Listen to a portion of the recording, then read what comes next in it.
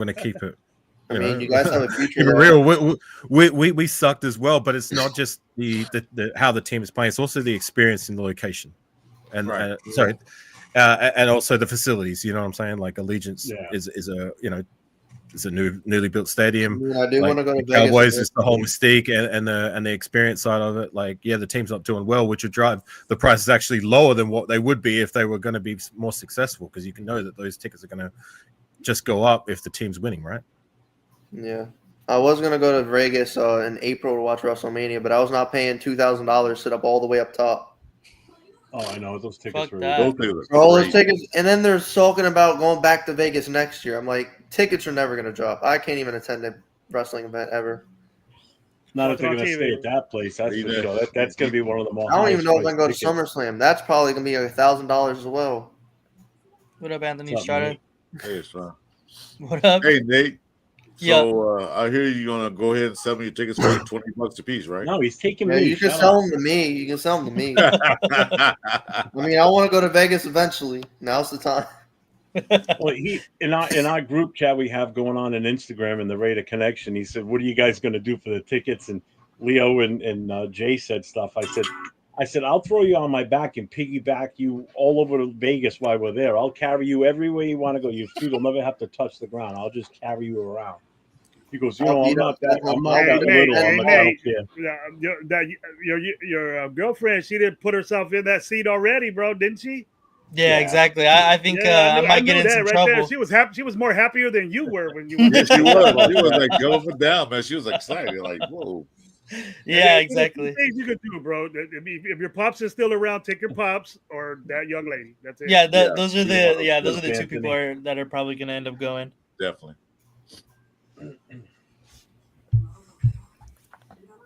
Nutty Nate game. I'm watching the cheerleaders. Hey, well, I'm gonna ask you guys a question. My time is limited because I took my medication. So before I start talking bad shit, and I got to do it before my medication hits. But what y'all think about this Wilkins thing? What you think about Christian Wilkins?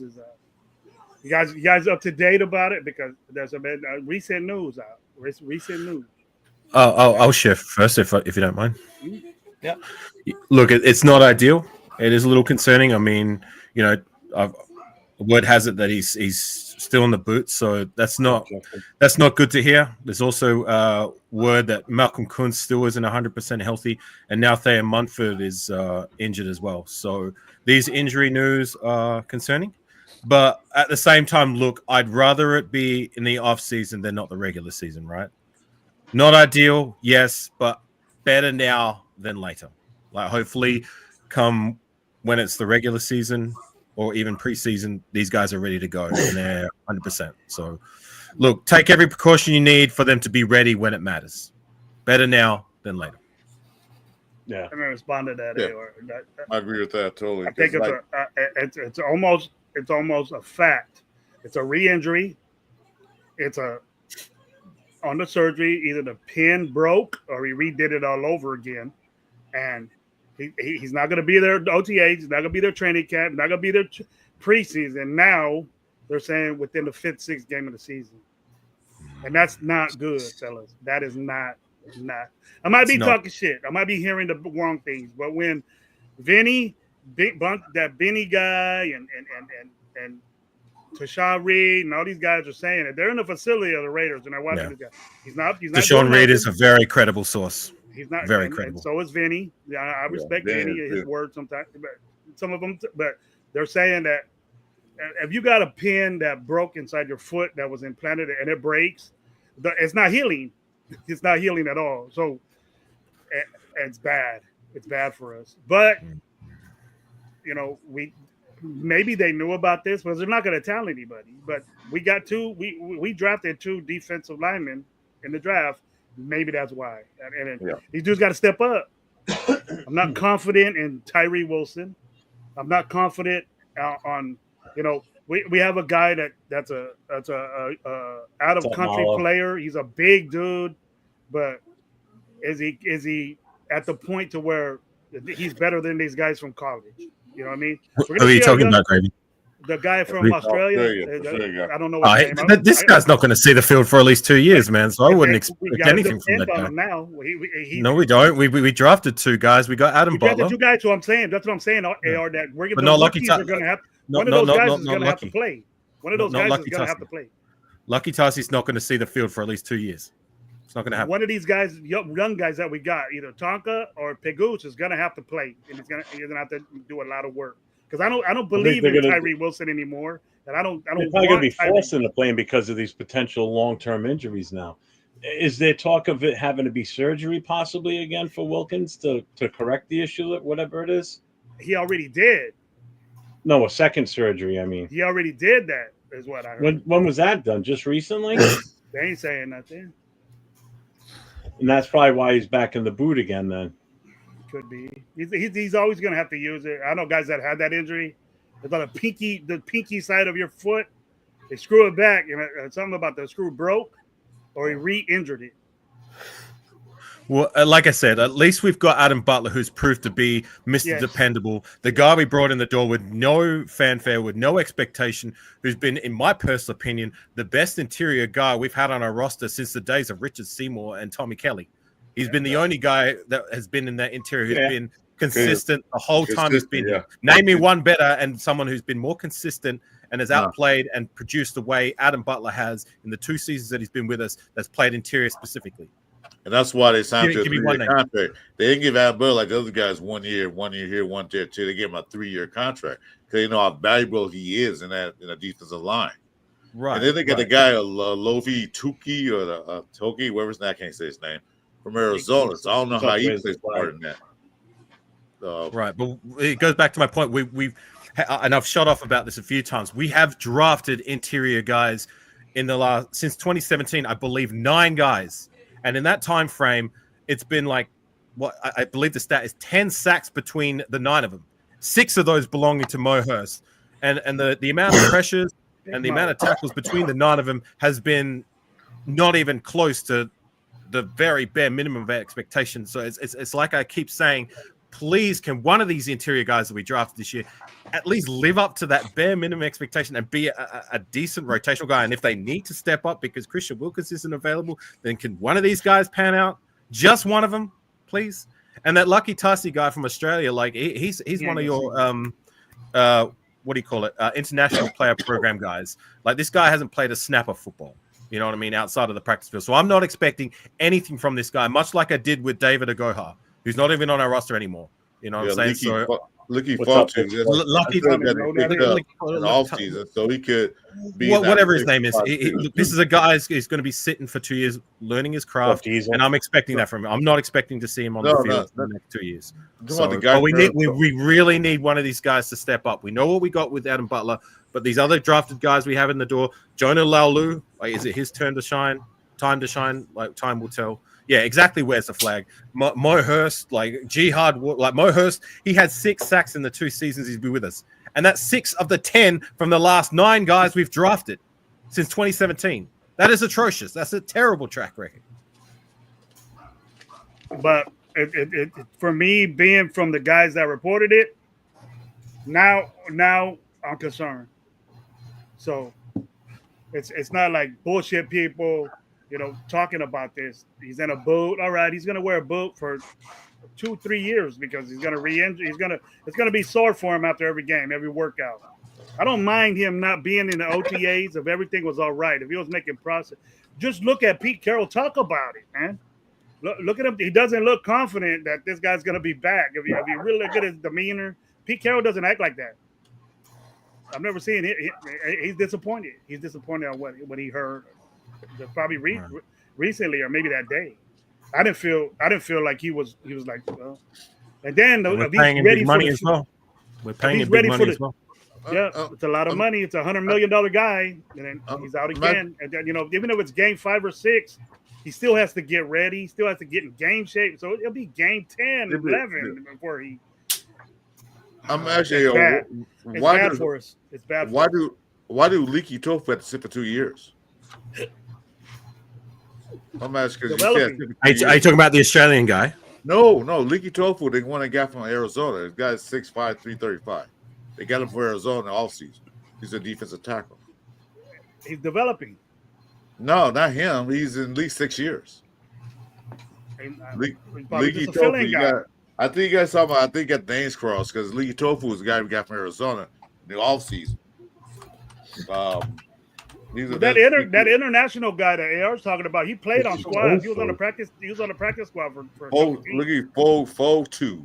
Leaky Lekifotu. No, that's not him. No, that's the same. No, that's not the guy we're talking about. I like the Leaky Tofu better. Yeah. Fucking name was that? Tufu. I don't know. Fo2, Tufu. Oh, Fo2. I said.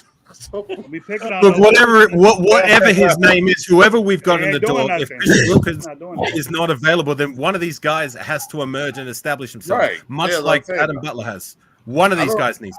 I don't expect the guy from Australia to come in. Where's the flag? That's what we're talking about. All-star guy. I don't expect that because he could probably, like I said, sit 2 years. He's a rugby player that's come to the NFL, so I don't expect him to play right away. If he does, great. But I was talking about the other guy. But yeah, we'll be lucky to see him take the field. Period. You feel in your tackles. Probably not. When you got Tyree Wilson out there. I was just going to ask you that, because I've heard people saying that rookies, too. Tyree Wilson and 2 rookies to be in your interior, because I don't think Tyree Wilson is even close to being a defensive end anymore. So if he's going to play defensive tackle, then we're bad right there, besides Adam Butler. I don't think he's like the ass to play defensive tackle to me. He might be fast, but strong, but I don't think he can play defensive tackle. I think so. I think he can. He's not no defensive end. We drafted him as a defensive end, but he's not. Yeah. He's not even close to that.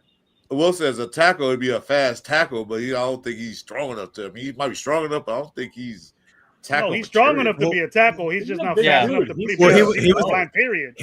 He was actually more productive in his rookie season when we moved him to interior than he was when he was playing defensive end. He was an absolute non-factor. When we moved him to defensive tackle, he was actually able to do something some of the time.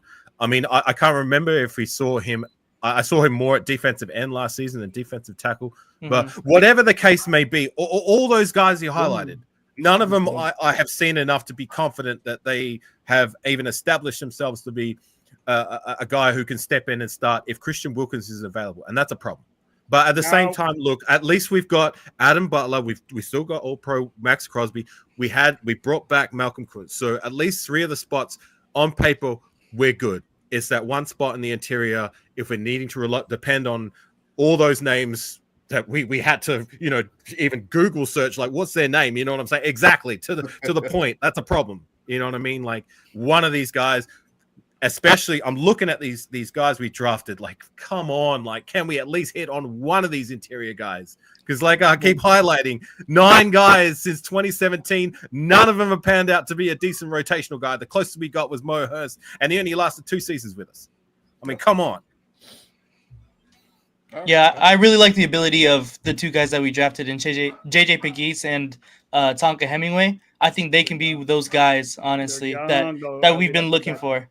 I know it's tough that we have to put them in that kind of position, but like, it's what we got for right now. And if we're gonna miss Christian Wilkins for the first 4 or 5 games, they're gonna have to be able to step up. I mean, I believe in them. It's probably gonna be a rocky start. I'm not gonna put it, any other way, but they're gonna have to try to learn by fucking fire.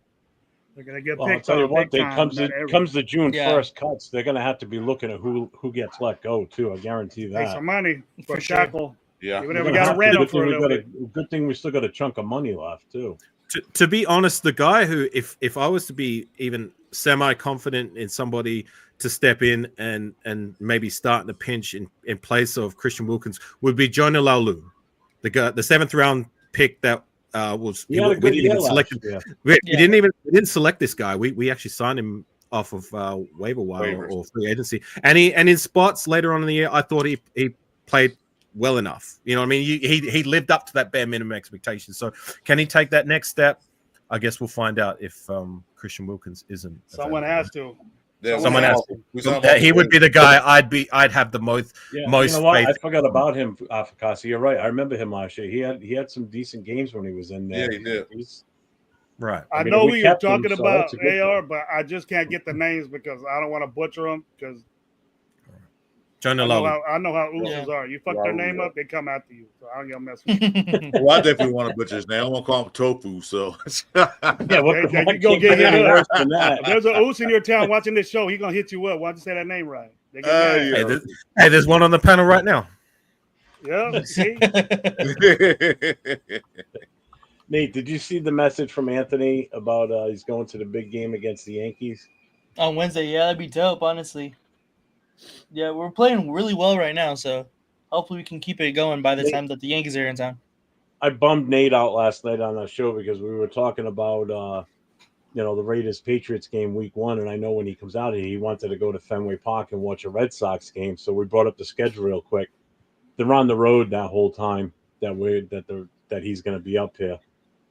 If you wait till the Friday after our football game, the Yankees are in town. So, but Jeff, you know what I want to ask you? I'm sorry, Nate. You're good. No, you're good. You're good. How far is Baltimore from New England? From my house, like from my area, it's an 8-hour drive roughly. Oh, fuck 8 hours. Maybe a little bit less. My wife will be in Baltimore during that week, and I was like, I'll go with you. I'll go to the New England game. I know all them big cities are close together, but that ain't close. Yeah, because we've gone from we've driven that. I've driven that with the kids. We went down to DC for the week, and years ago, and it's about an 8-hour drive from here to get to DC. And Baltimore's a little bit close, so I figure probably about maybe 7-hour drive time. But I heard you talking about you parties and getting busy. I go, hey man, shit, I go hit that up and see what's going on over there. And I checked out flights. New England has an airport, right? Or yeah, there's one in Rhode Island. It's TF Green. It's a smaller airport. It's easier to get in and out of than Boston. Boston's a fucking Anybody that's been asking me about coming out here, I'm trying to tell them to try and go to Providence if they can, but the tickets might be cheaper landed in Boston. And the tickets ain't that bad. They're not that bad. No. Decent. Can I address that comment by The Rock saying how Mohurst was saying we didn't utilize him correctly? That one there. I mean, he had his most productive years as a Raider. He hasn't done squat since he hasn't been in the building. So, it's not like we were putting him at defensive end or utilizing him anywhere else. He was placed specifically in the interior.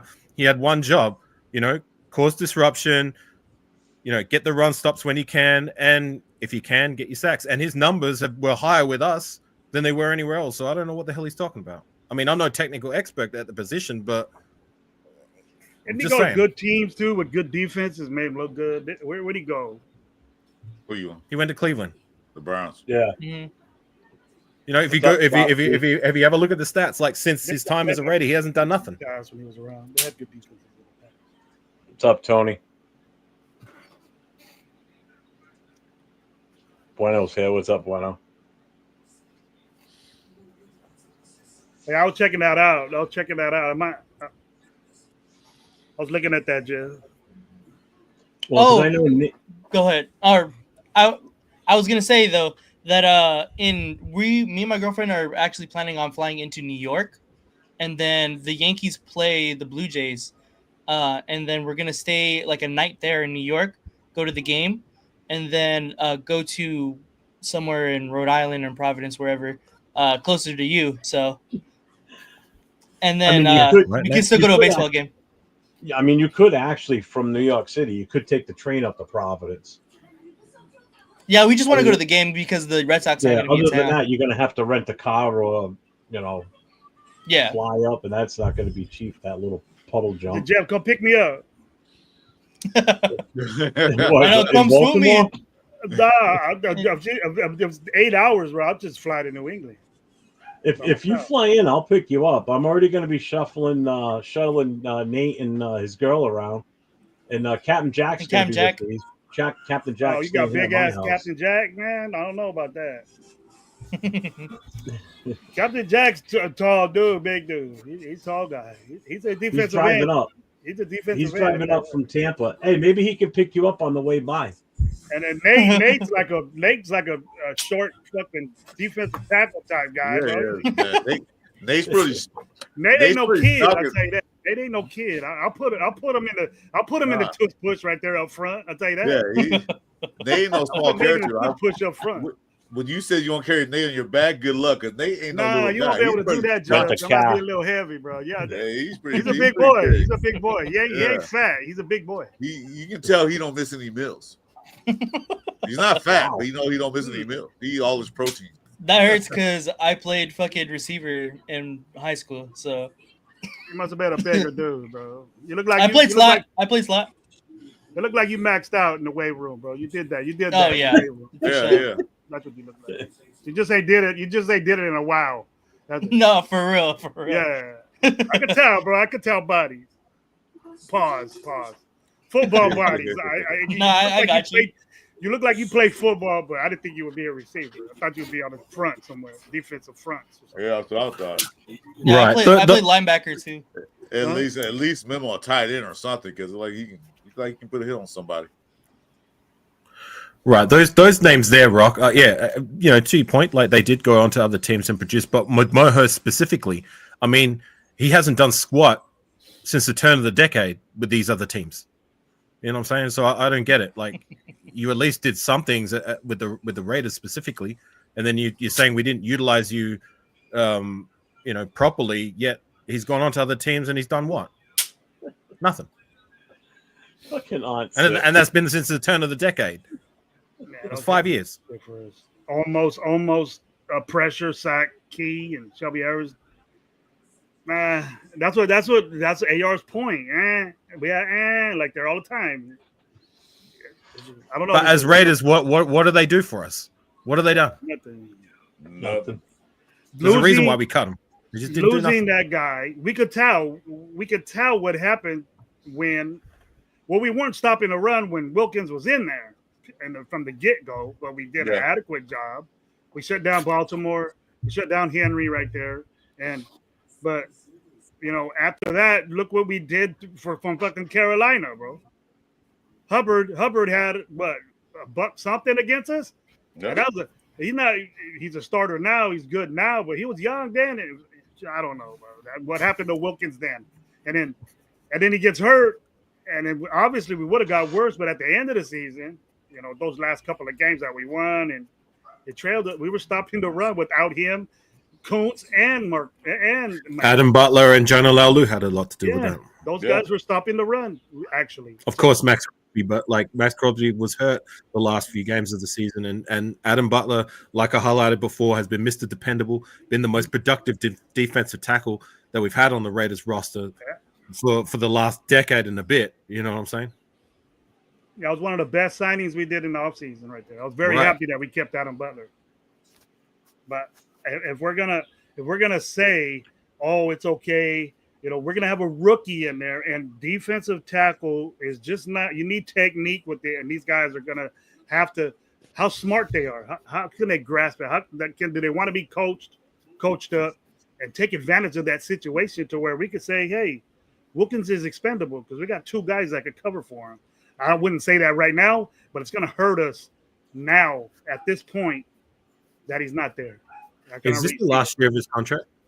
Was it the 2-year deal? He had 4. I think he has 4 or 3. Right. But he hasn't been productive. Last year was his first year. We got 5 games out of him.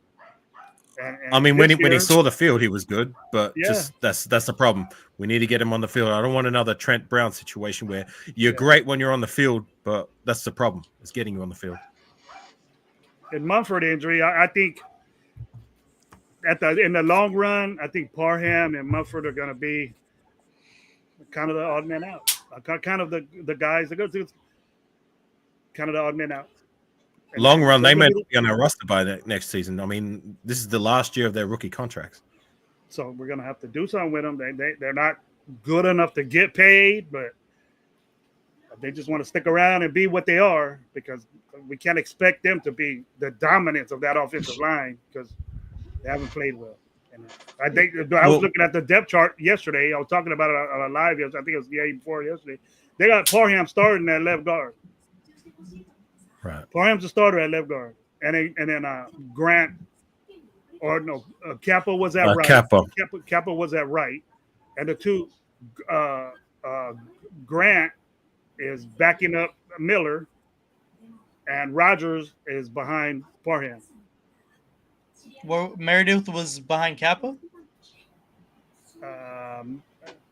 Meredith was behind. Yeah, Kappa. Yeah. I got it right here. Right. It's going to be an interesting fight in preseason with a lot of these guys for that interior, because both those interior spots are open for somebody to solidify and take that job as a starter come preseason. So it's going to be hot competition between all of those guys. Mm-hmm. Jordan Meredith is starting left guard. Oh, really? So I'm more happier now. Yeah. Meredith didn't play bad last year. Parham is starting right guard. Really? Because I've been hearing a lot that Kappa has been actually doing pretty decent for whatever reason. Kappa's Did I just hear Parham's name? Parham. What's he doing? Huh? Did you just say Parham? They got him on a depth chart as of, I think, yesterday. It's I can refresh it. Nothing usually happens on OTA. But the depth chart now, Dylan Parham's our right guard. Alex Kappa is backing him up. Powers is center. Putnam is backing him up. Wow. Jordan Meredith is left guard. Rogers is behind him. Miller is left tackle. Grant is behind him, and Glaze is right tackle, and Mumford is behind him. And I got big old Dalton Wagner behind Mumford at right tackle. Right. Wagner's another guy who needs to show that he belongs in the roster. You've had 2 years of concessions being on a practice squad. I mean, at UDFA, if he can even do anything, that's a win. But, you get no more concessions anymore. You either show that you belong on the roster or you can go. If Dalton Wagner can't beat out Mumford, how massive of a guy he is, he'll be a perfect tackle if he just had anything. You know what I mean? Yeah. And nobody can get around the guy. Nobody has a 9-foot wingspan. Massive. They don't make guys like that. That's what I always say. That's why I think Tyree sticks around. They don't make guys like that, so they got to keep the dude. They don't know what the fuck to do with them, but keep him. Well, to that point, though, I don't care about your measurables and all that. Get it done on the field. Mm-hmm. Simple as that. And we were running that power offense. I was, not for him last year. He pulled, and I swear to God, it took him 5 minutes just to get to the line of scrimmage. And he's right on it, AR. He's right on the line of scrimmage. It took him 5 minutes just to get back to it. When he took a step back. So now Bueno wants to know which rookie we think will have the biggest impact besides Genty. Besh. I say Porter. Those were the two guys that I was gonna say. It was Besh or Porter for sure. Yeah. They're saying Porter looks really good. Yeah, that's covering Besh. That's nice. He's covering Besh in OTA. That's like Porter look real good in OTAs right now, but this is OTAs. But they look good. I believe he's starting. I hope so. I hope he's starting. Right. We need it at corner. Porter for me is boom or bust. He's either going to be a diamond in the rough or he's not going to work out. It's one or the other. There's no in between with they don't have him 50-50. AR no 50-50 for you. Right. And I'm not saying, look, I'm willing to give him time. I'm not expecting him to be a baller right from the rip. If he can be, fantastic. But Porter's a good answer. I believe maybe in time, hopefully he can turn out to be that way. But for the now, right immediately, I mean, Genty is the obvious choice, but you said other than Genty. So for me, it'd be Besh. Besh should be best chance to be a guy who can contribute immediately. Mm-hmm. I think Besh has that in him already. I think he's gonna do what all of us think he's gonna do. I hope so. I really like Besh. I think he could actually be a really big part of this offense. I hope so. He is lining up. They got Stokes at corner. They got Porter backing him up. They got I'm looking at it right now. Yeah. But they got Darnay Holmes, which I'm cool with at nickel. I'm cool with Darnay Holmes at nickel. I know people like this down in Darnay Holmes, but you gotta remember that when the Hobbs went down, Darnay Holmes took over. Hey, that was the only guy that was there. That's the same as Hobbs. Exactly, almost the same. Tackles, all that stuff he did, pressures, whatever. It's about the same. So don't put any past Darnay Holmes. He could step up and be that. But it's like we fall in love with players so much that we want Hobbs to go, understandably. But he wasn't there all the time. We need somebody there on the field constantly. Yeah. But I always say we knew when Hobbs was in there, and we knew when Hobbs wasn't. So you could tell. Yeah. You could tell when Hobbs wasn't in there. Hobbs has been the best nickel cornerback, a position we were in flux for the longest time since my time as a Raider fan has started. Yeah. Like, name one better at the nickel specifically than Nate Hobbs. For me, it wasn't even close. Like, you know, I think a guy I'm looking at that may possibly take it other than Darnay Holmes. I'm looking at DeCam Richardson. Yes, I know he got cooked when it came to his pass coverage last season. It was trial by fire when we had him on the outside. However, when it comes to tackling and his run support, he's actually very good. And that's what we lean on when we're looking at someone to take that nickel role. That's what Nate Hobbs was good at. He was not just good in coverage, but his run support was excellent for a cornerback. And that's something that I think at the very least DeCam Richardson can bring to the table. Is he going to be put on the inside? Who knows? We will see. But he has the tools to be able to play that position. It's just, I guess, a question of how far developed is his pass coverage. Right now, they have he's backing up JB. He's backing up JB. Right. Couple of dog. Ja'Cory Bennett. So he's a backup to Ja'Cory Bennett right now, as it stands. Because they got Stokes, and then they got Darren Porter on the right he side. replaced JB when they got stuck with that position. He replaced that side. Right. But if DeCam Richardson is listed third on the depth chart, that means he's the nickel, right?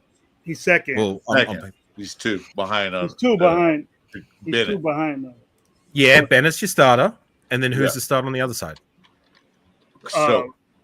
Eric Stokes. Okay, so those, yeah, exactly. That's what I'm trying to say. As your CB1, if the next guy listed is DeCam Richardson, then that on paper looks like he would be the nickel, right?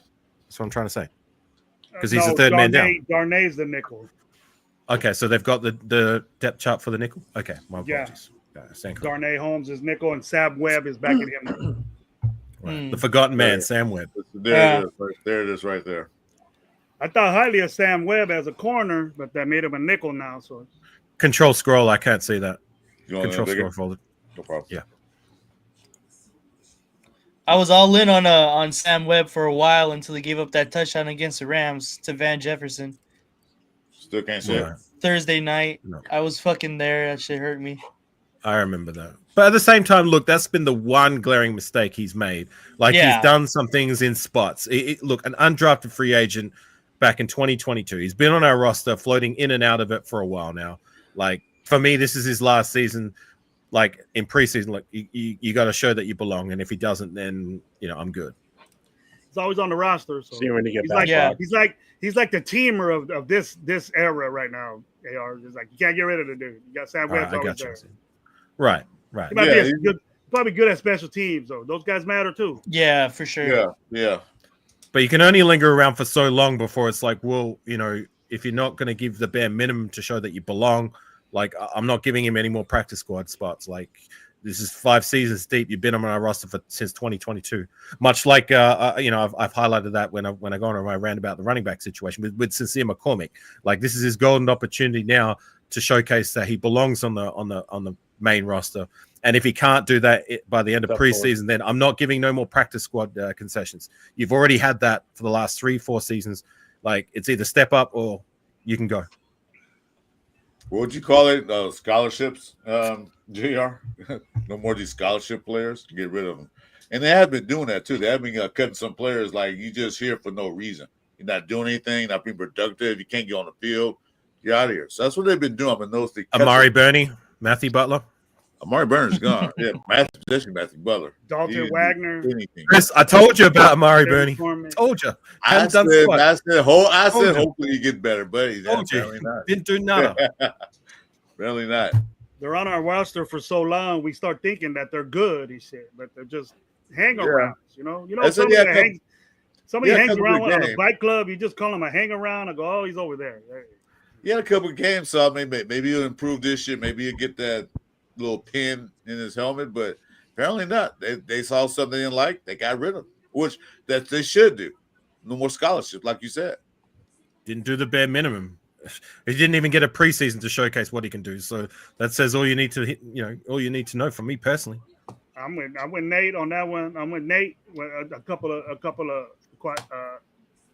comments up. He said that JB might be the automatic. JB is the smallest dude out there, and these dudes are big dudes now that we have on our backfield. You look at that secondary; they're all big dudes. Yeah. JB's the smallest, and he's 6'6" something. I think. Not as big as those other guys. Like I said before, I don't care about the measurables. I don't care how big or small you are. If you get it done on the field, much like Jacorian Bennett did. I mean, he said he's not the biggest guy on the field, but what did he do last season? He was shutting down everybody. Barely anybody caught any balls on him. Yeah, it was locked down. He was locked down. I don't care about your measurables. If you find a way to get it done, that's all I care about. Yeah, he was locked down until he got hurt. Then after that, then that was it. And they relied on who? Jack Jones. That turned out. But it looks like the transition of everything that's going that way. It kind of matters in a sense to where he wants this type guy. If JB balls out again and he's the smallest dude on the roster, fuck it, keep him there. I don't give a shit. I'm down for it. Exactly. But if he's moving towards this, we didn't have corners like this before. 6'3", 6'4" corners, 6'4" safeties. Darnay Holmes is not a super big guy, but he's a good nickel. He makes do in it. To my point, if they can find a way to get it done, that's all I care about. Right. I don't care how big or small you are. I'm with you with that. And that brings up the point I was about to say was that his tackling is not better than DCAM's or any other person. That's all those guys that we got in that secondary are known for good tackling. JB's the exception. Right, but we need JB to be that shutdown guy on the if he's our number one. Right? I was just going to say that coverage. Yes, he got it. He got coverage. There he does. But you can see a trend. The liability of say, hey, let's get on the perimeter and let that corner hit us over there. That little corner over there, or that could be a thing that could happen in games. That could be the liability of our defense. JB but the other thing I can appreciate with JB, which I was heavily critical of in his first season. Remember how critical I was, and I think I was the first person to bring it up, that like the lack of effort when, okay, it's one thing to get beaten in coverage, but you can't let the guy run like 20, 30 yards down the field and look like you're jogging behind him, taking a leisurely little stroll. I mean, come on, you got 4.3 speed, at least get after him and try and make a tackle, you know what I'm saying? And that was something I saw too many times in his rookie season, but granted, like come year two, he didn't really get too much of an opportunity to do that because he was locking people down. But you got to remember his rookie season, he was thrown to the fire. He was just like, you're starting right away because we had nobody that can cover better than JB could cover at that time. So his football skills were up the party. To his second year, then he got better at his cover skills. But him jogging behind players, that was a problem. It's tackling. Right. But I'll tell you one thing.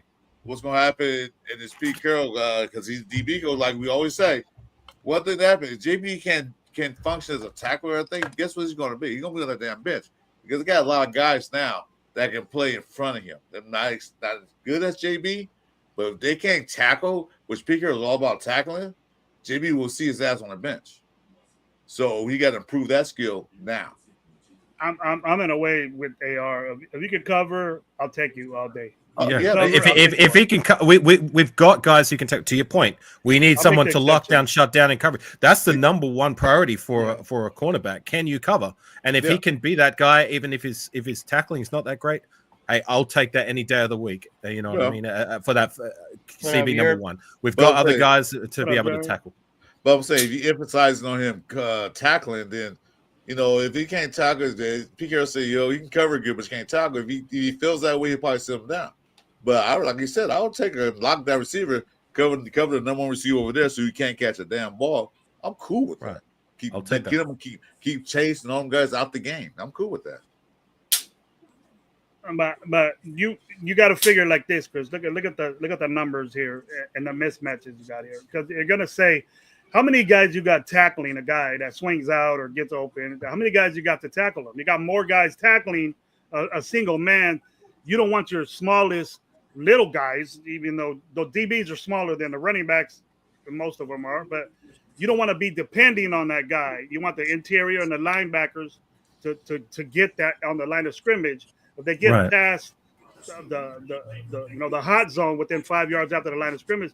They got 5 yards. If you're in a situation where your DBs are making a bunch of tackles, you got a problem with your front. Yeah. Right. You know what I mean? So Yeah. that's what you got to live. We shouldn't be saying, "Oh, our corners they love to tackle, but they can't cover nobody." So coverage, Right. is Exactly. is 80-20. I would say 80-20 more than. Yeah. Otherwise, I'm right there with you, Gravy. Right there with you. That's the linebackers and defensive linemen's job. Right. The outside guys either get the quarterback or stop the guy behind the line of scrimmage or at the line of scrimmage. That's his number one priority and role. Not a corner's responsibility to do that. If you DBs get more tackles than the linebackers and offensive line, you got a problem. Wrong. You shouldn't be tackling that much. Mm-hmm. So that's up to the linebackers and the defensive line to get those running backs down, tight ends down. So that's their job. It's not up to the cornerback to tackle all the time. I mean, they got to tackle, but they got to tackle. Why does he have more tackles than a middle linebacker? He's a cornerback. That don't make any sense to me. Frank Rebel's right. Every head coach, every DB coach, every coach likes DBs that can tackle, but it's not. So, Steve. Like you said, 80-20.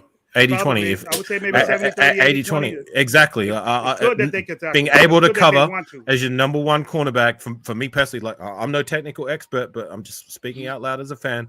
Like that for me is your number one priority, and Jacorian Bennett exceeded my expectation, a lot of our expectations in terms of pass coverage. I will take that any day of the week. You know, if he misses a tackle or two, okay, so be it. Like we've got other guys who can have that as their strength. That's what his strength is coverage. That's why you have safeties out there too. That's to help tackle the might get past them. So your safeties are leading your team in tackles too. That's bad. You know? That's bad too as well. So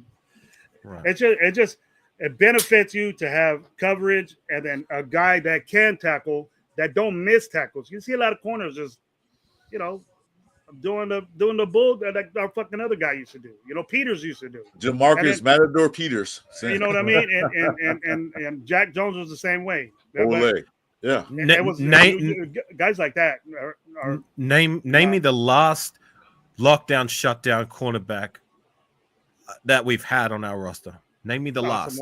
A true exactly. And how long has it been since Asamoah has been on our roster? 15 years. 15 years. He hasn't been a Raider for 15 years. 15 years we've been looking. The closest we've gotten to a lockdown guy was Casey Hayward was good when he was with us for that season. He was a wily veteran. I like what he did. Yeah. Do you remember David Emerson? He was good for a minute before he got hurt, and then he didn't quite work out the way he did before his injury. But those are the closest we've had, like since Nnamdi. He's the only guy who is consistently a true lockdown, shutdown cornerback in terms of coverage specifically. And I'm hoping Jacorian Bennett proved that he has it in him. And if he keeps trending upwards, maybe he can be the guy that we've been looking for since the days of Nnamdi Asamoah. Like I said, 15 years removed since he's been a Raider. That's a long freaking time. We always had history of good cornerbacks in our history of the Raiders. We had the lockdown corners all the way through our history until Najwan, like you said, was the last one. We didn't have that lockdown. Those guys. Sorry, did you call him Olajuwon? No.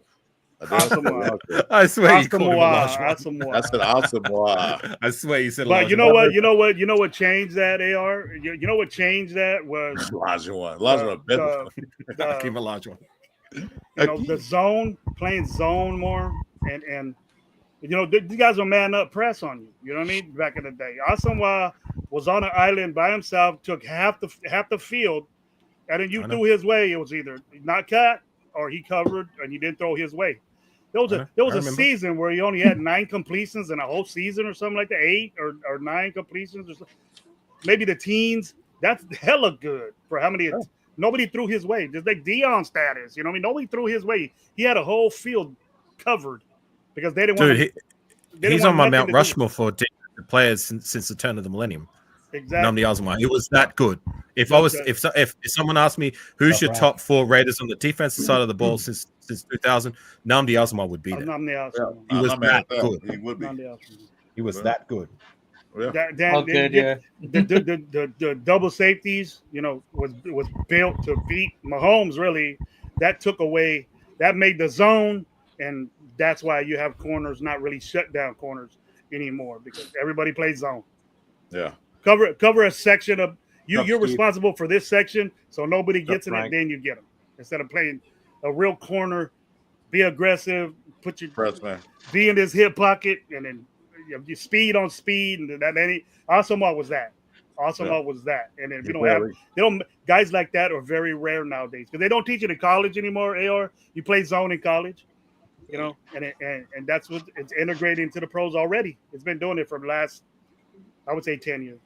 But come on, 15 years, and we've been looking for a guy to take that mantle. 15 years is a long time. Yeah, I mean, come on. These DBs, these cornerbacks don't do a lot of pressment, like Gravy said. They play like zone, so receivers line they don't even jam him anymore. They like just play off of him and wait till you get to his area. So there's no hitting them, no nothing. They just run right by him. Yeah. Jack Jones is good for that. I understand it. I understand playing zone, but sometimes you would see our safeties be 12 yards off. You know what I mean? Why are they so far back? You know, but they got a zone to cover, and then we just went. I don't know. We either have the guys or the scheme was bad. I agree. Much like I said before, like, okay, scheme, size, whatever. Just get the job done. Just get it done. It's easy to say. I'm not saying it's easy. I know. I'm just a fan. I'm no technical expert, but I'm just saying, like, you know, these guys are at the elite level. Like, surely we should have been able to find someone since Nnamdi Asamoah who could get the job done. And we've tried, and those two names that I highlighted have been the closest to it. Everyone else has just been an epic failure. We did try. We got Arnett. I was just going to say that. To be honest with you, he wasn't even the best cornerback on his team in college. Yukiba, whatever his name was. Yeah, he was the best corner on that squad. But Arnett got picked on so much, and he covered well. That was the last really true cover corner that we drafted. AR, if you want, but he didn't amount to shit. No, he didn't. He was the last one that. How can you sit there and tell me Arnett was a true coverage cornerback for the Raiders? He wasn't. He wasn't with the Raiders. He covered. No, he didn't. Not with us, though. He was terrible. Not with the Raiders, he did, but in college he did, but not the Raiders. No. They got him because he got picked on at Ohio State, and he covered. Hey, Chris. That's why he got drafted in the first round. He was first round potential. And it wasn't because the Raiders were stupid because we got him. We looked stupid because we got him because he didn't pan out for us.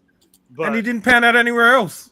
No, because he was an ass. He's not a good guy, and he wasn't a good player because he didn't concentrate on football.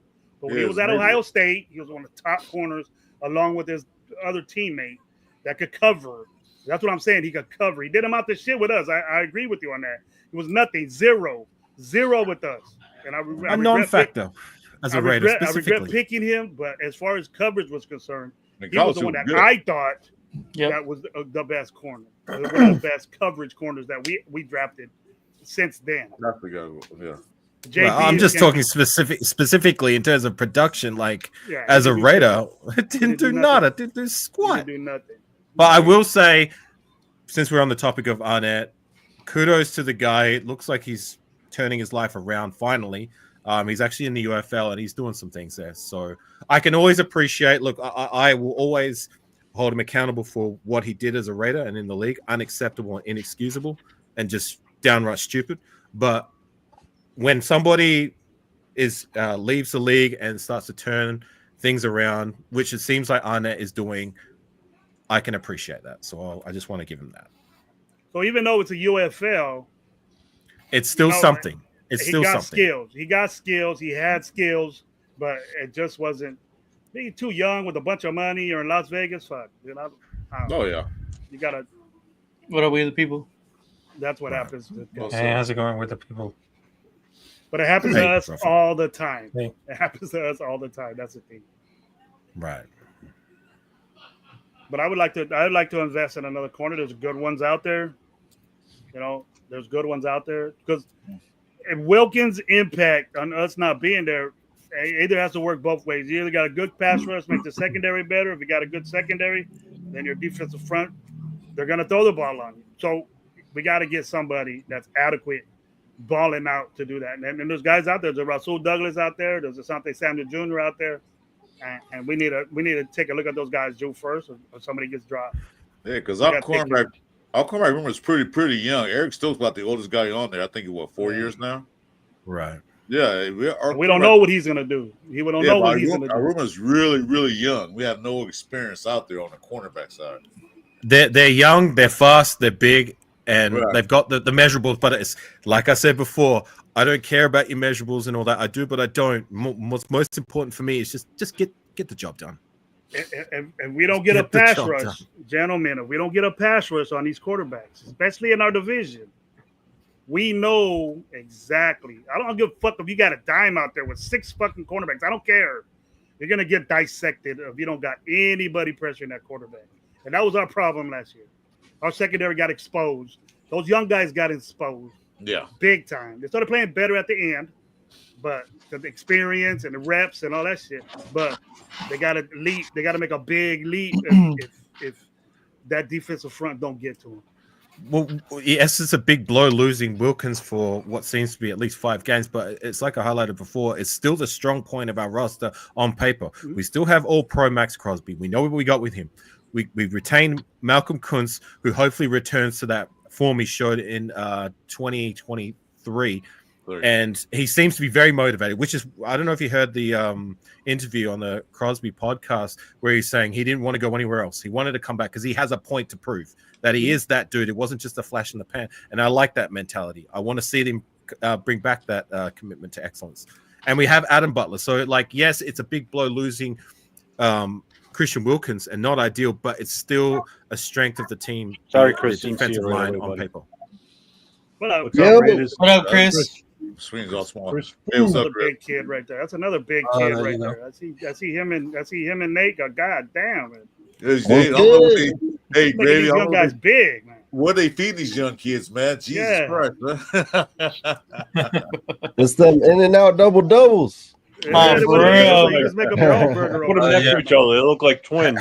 How tall are you? He got his Raider Full Chris burger over there at In-N-Out. Getting them there. I like to say that I'm 6 foot. Nah, I'm like 5'11". He's pretty big.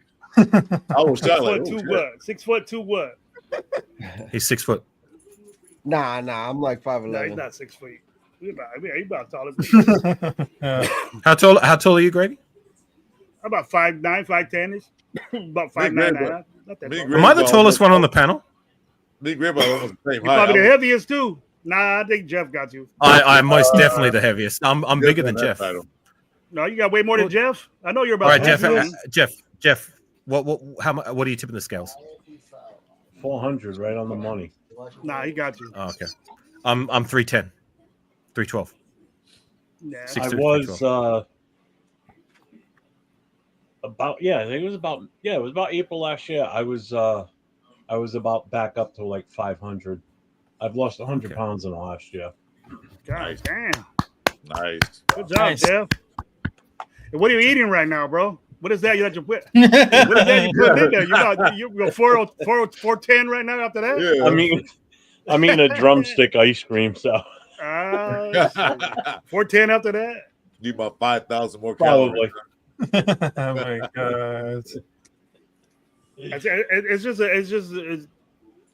I know what the defensive front would do to me. If we got a good front, you're gonna kill the offense, and that's what I thought we were doing. And then losing Wilkins, an all-pro player like that, a player like we don't got another guy like that.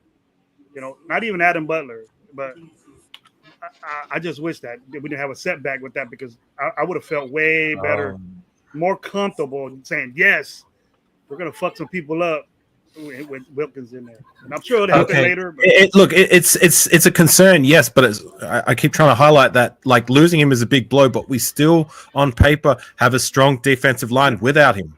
With the names we have that should be available come the regular season. Okay, the big hit with it. I know. We still got some guys. What are y'all talking about? DTs? Yeah. Well, the defensive line as a whole. The defense, yeah. The interior. I know we're good on the outside. Oh, okay. But the interior, we got a four defensive linemen. You know, we run a 4-2-5 mostly all the time. Sometimes we bring in a nickel. We got 5 DBs out there. That's what a nickel is. You got 5 corners. And basically what that is, 4 DBs, it's to stop a pass. So if we don't have that guy, what I'm concerned with is that we just put a rookie in there. He's not going to know what Christian Wilkins. He's not a Christian Wilkins yet. One guy bothers me. One guy bothers me because I've seen it happen. You can have the best defensive of NFL. Look, for instance, look at the Rams. The Rams lose Aaron Donald. You lose the game. One guy could do that, But there's not a lot of guys like Aaron Donald. Christian Wilkins ain't close to Aaron Donald, but if you get a guy like that, can put a lot of pressure on your defense. They don't have that pressure. But we do have other guys that can at least get in there. Yes, you know what I mean? Like I said, it's a tough blow losing Christian Wilkins. But we still have Max Crosby, we still have Malcolm Kuntz, we got Adam Butler as well. We need to put some respect on his name. You know what I'm saying? It's not ideal losing Christian Wilkins, but hopefully one of these other younger cats can step up. I'm looking at Laulu. I'm looking at these 2 drafted guys. If we move Tyree to fill that void, whatever, you know what I'm saying? Yeah, it's up for grabs. Move Tyree to the bench. Nah. Well, now he's in there. Think about it. Tyree, look at that roster you got there, Jeff. Tyree is 3rd string, bro. Unacceptable. He's done so well. He's done so well in the offseason. What's up, Alex? He's behind Malcolm Kuntz in the defensive end spot. Even still, quick. That is unacceptable. Sorry, go ahead. No, good.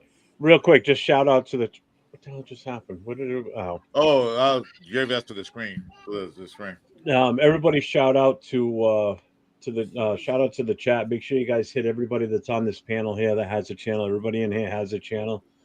Make sure you go and subscribe. Hit that notification. Give the thumbs up on the show today. Whoever's streaming. So make sure you guys spread the love to everybody that's in here. We've got Gravy on the end there, Coach Gravy. We've got Chris 4 Raiders, myself. You got Afakasi Raider. You've got LV Raider 10. You've got Capitan Rafusho. And then you got Raiders Fu Chris. So make sure you guys show the love and hit all of them up, all right? Appreciate that. You're still butchering the way you point, Jeff. Yeah, he always does. Chris and I do that all the time. Always do that. That's quite the opposite. Yeah. Hey, I'm asking you a question. What was our biggest problem we had the past few years with the defensive tackles before we got Alan Burr and all that stuff? Everything. We couldn't push up the middle. We had no defense tackle to push up the middle. We had Crosby. Yeah, great.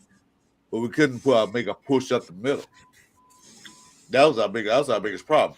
Couldn't get no tackles and get in the backfield. Couldn't tackle the running backs. That was our biggest problem on defense. Right. On paper, it looks like we do have that now. I mean, the young guys will come in. They got to develop. They got to learn. But at least we got something again. Now we got something we can work with. Right. But it's to my point what I said before. Like, we've tried to address that via the draft. 9 guys since 2017. None of them amounted to anything. That is unacceptable. That's what I was saying. Unacceptable. None of those guys, we couldn't do anything. Well, our leadership and all the ownership was always like chaos anyway. So hopefully there is that too. But at the same time, it's up to them to be able to produce. And despite whatever it may be with the front office or the coaching, like surely one of these guys could have found a way to get it done. None of them did. Yeah, I agree. They did. That's why they're not here now. Exactly. 9 times since 2017 we've drafted an interior guy. None of them. Not one of them. Mohurst was the closest. As Raider Nation nowadays, we're so into sacks and pressures and all that. What I respect more from a defensive tackle is to take up space, take up people. That's their job, to take up the space at the line of scrimmage. If you get a sack, you push that guy all the way to get a sack and disrupt the quarterback. Yes, that's great. That's a stat for you. But recognize when you watch games, guys that take up space and cause the running back to make a decision to where he has to go outside and then Max can get him, or the quarterback can't move because of their offensive lineman is right in their face. That's what defensive tackles are supposed to do, is take up the space and get as many guys get a guard and a tackle on you, and let Max run free. You know, be disruptive like that. That to me, that's important. To me, that's Jason. When I drank, I never liked Sam Adams. Yeah, they want to tackle a defensive interior guy to either blocks, take out 2 yards. Chris. Tackle.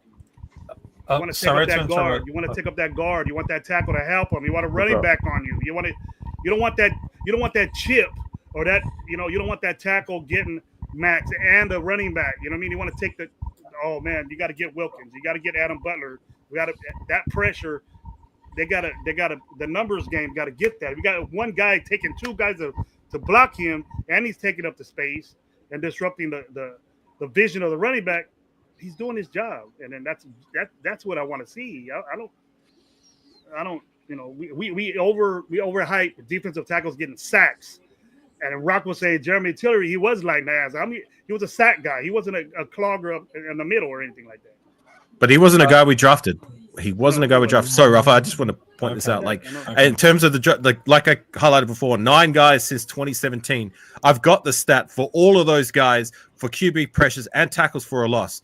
31 QB pressures and 20 tackles for a loss since 2017, spread out between 9 of them. Fuck.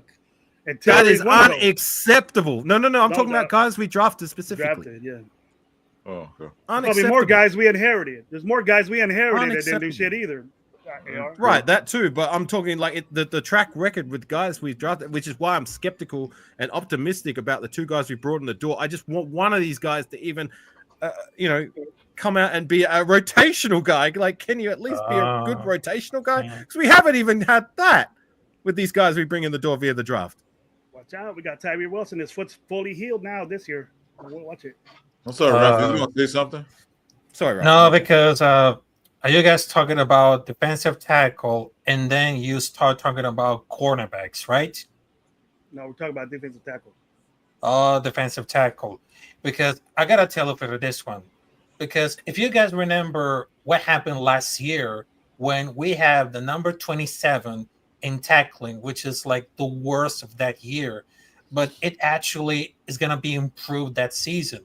But seriously, I mean, the whole defense was going to be loaded with practice squad, with role players that have no business playing significant time. Who know that we have like a bad roster, might some issues with some fundamentals, but it should be like really right. Because first things first, between for the Shima, Pete Carroll, those for training camp on defense, what is going on with he always wants so bad to tackle, so they don't want to miss to get trophy because their emphasis to get in the back bulk, not really the offense, because not that really hard with getting the hit, because it's just like a byproduct. Because if you know there, we're gonna be hit to wrapping it up properly, you can really lay down the play. Because if it is without worry, because you can either bounce it off of the head, off of the arms, but some of the habit of teaching for technique for the tackling he wants for those players. If we want to improve the tackling, which is we have the worst for the last season, it should be improved since the beginning of that week.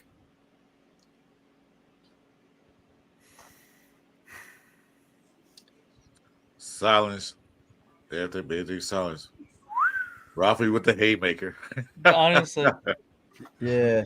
Well, he's right about that, though. The talent has to improve. At the line. Yeah, I want to see more from that line. Like basically, defensive tackle line need to eat the blocks. Either, like you said, get a guard, take a guard and tackle out the equation. So Max Crosby or Kuntz or whoever's available can run, get the quarterbacks or tackle the running back in the backfield. That's what they should do. We didn't have that. We didn't had that for a while. Hey, Adam Butler, put some respect on his name.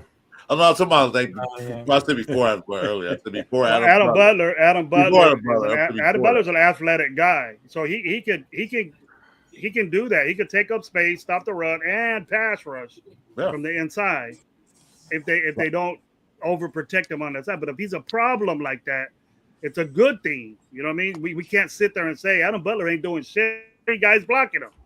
You know, that's good in my book. He's taking. That means there's one guy on Christian Wilkins and there's a running back on. Go ahead and do that. Go ahead and put a running back to chip fucking Max Crosby and see what happens to that running back. Yeah, Sack, but gravy. guaranteed sack. If But that was here's going to the get 5 sacks, if that was get 5 sacks this season, I'll be happy with that. I don't, I had 18, 15 sacks. Like I said, his job is to eat the blocks, get put pressure on the quarterback up the middle, and stop the running game. Come the middle. If he gets Like 5 sacks, I'm happy. That's not his job.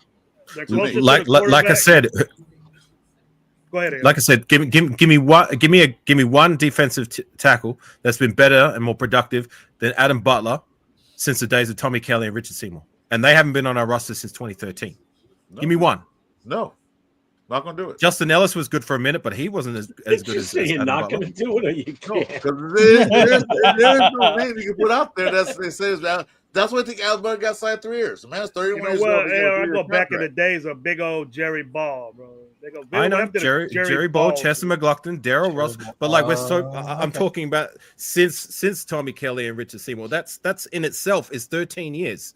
You know what I'm saying? And in my personal opinion, and I just asked you guys a question, nobody gave me an answer, and that's to my point. Like Adam Butler has been the most productive and the best interior guy since then, and that's how long it's been. And that's why I'm saying that this Christian Wilkins thing is gonna be a problem for us. That's what I'm saying. Yeah, but I'm really worried about like the situation because how in the hell get Preston Wilkins after what happened for the injury? I mean, it really worries me a lot because if we need something to improve about for like the tackling, I mean, that should be like really interesting. But before Pete Carroll gets into involved for the Las Vegas Raiders, if you guys remember that Pete Carroll defense when he was on Seattle Seahawks over the last few years of the tenure, they have the worst defense on the league. Maybe it could help like in a year or two. They're helping him right his mind. But of course, his ability to field disciplined teams was a problem for years.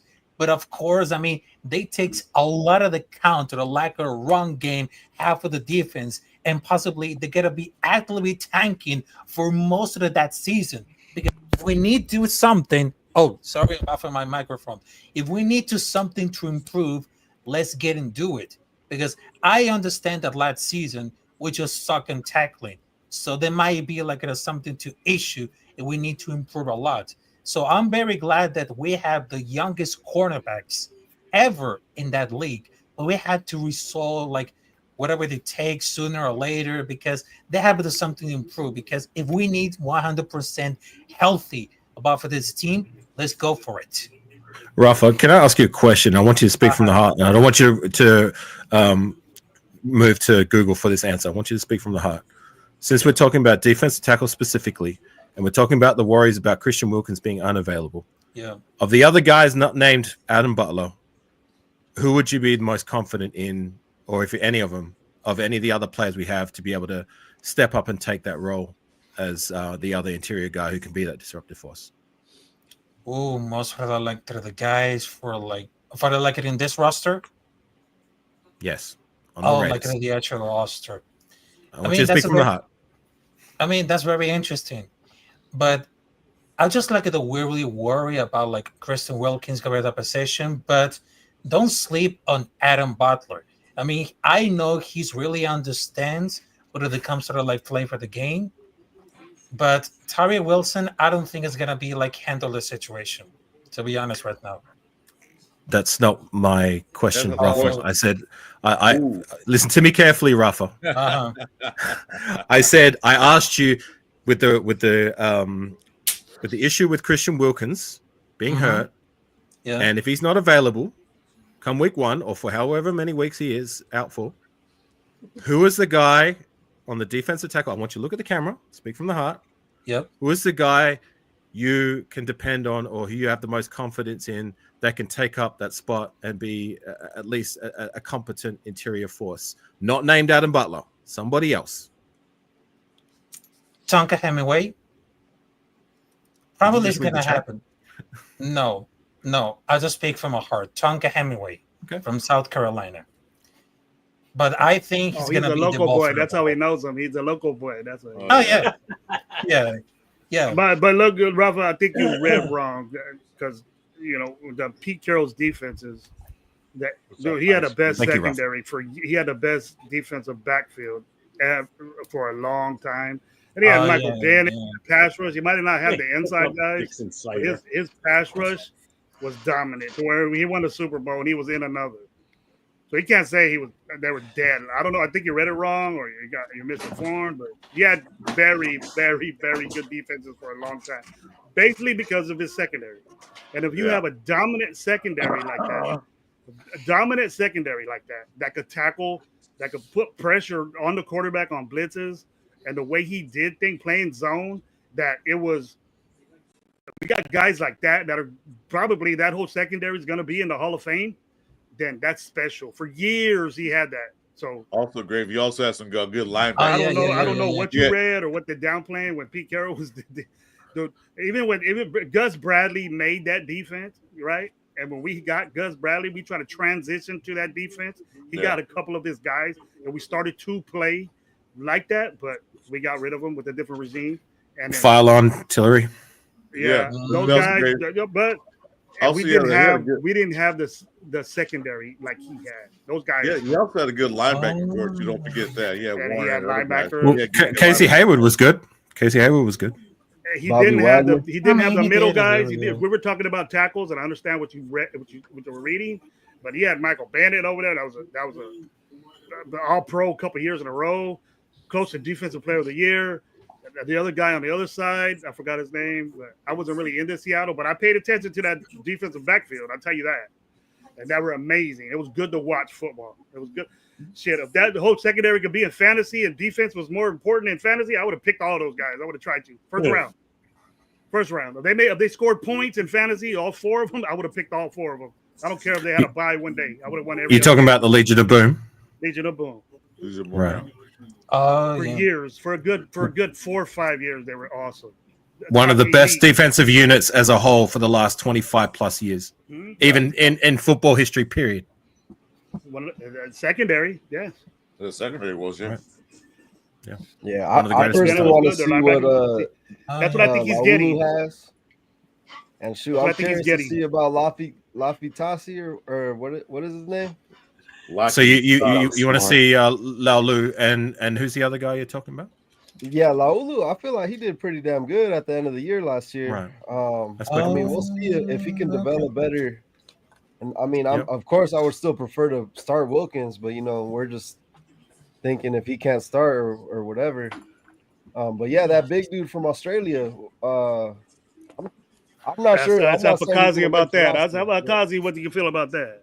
Hey, 6'6". Yeah, look, guys, you've got to temper your expectation with these international player program guys. He's huge. He's huge. He's got the measurables from a physical standpoint, but this guy hasn't played a snap of NFL football. He's coming up against the elite of the elite. Guys have been playing this game their whole life. This guy is going to at least take 2 seasons before if he even sees the field, that's going to be a win.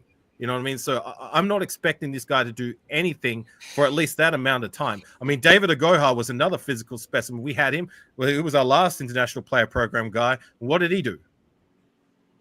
Who? Exactly? What has any of these international player program guys done for any team?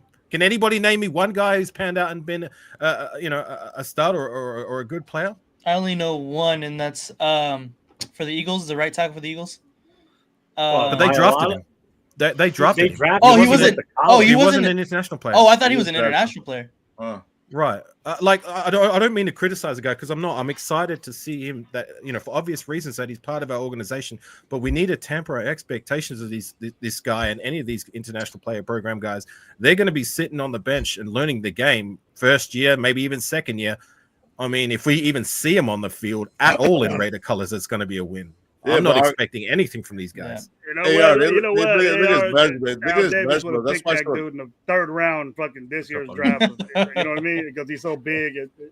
Look at his measurements. Look at how big he is. He's been a 3rd round pick from Australia. He's 6'6" and 348. So why is he a big guy? So that's what he's looking at. We don't know anything he can do in the NFL. We don't know what he can do. Rugby, yeah, but not NFL. So they look at how big he is. That's all they see. Yeah, I got to make note. I got to make note of this. I think out of everybody that's on this panel right now, I think there's one specific person in this panel that looks absolutely comfortable because I know he's not sitting in a desk chair. He's sitting in a damn recliner. and he's starting to smile. Chris Fu, Raiders Fu. Look at him. Chris. He's sitting in a Oh, I don't got my feet I up. think he's relaxing right now. I think He he's got you chilling. like that, bro. He got you. Yeah, Well, he at least have his cowboy hat on. That's cool. At least don't have that on. Hold on. That was dope. Oh that shit! was dope. Ole, all right. Oh man! What's Oh up? my god, I'm he ready got a for it. cowboy hat right Hey, now. Chris, I'm Watch- getting mine, bro. I got a black one just like that, but it's in a box. It's in the Y'all didn't know I used to ride bulls. Keep it I clean, believe stuff. that. Okay, so I Did you believe really? that Raiders. Hold on. This is interesting. Nah, You actually you were a bull rider, or you busting balls? Huh? I only rode one. It was a little guy. We don't call them mechanical bulls, man. Come on now. No, it was. You it mean was a professional little- bull riders? Oh, professional. It was a little one. I ain't talking what you got in the middle of the bar where people fall. You're a professional bullshitter. But you actually rode bulls. That's pretty cool. I got a friend of mine that did that, and he broke his freaking back. But I said, nah, Fuck I that. ain't You even couldn't gonna. give me enough to do I that ain't even shit. gonna go to Yeah, that. fuck I ain't that. even gonna go.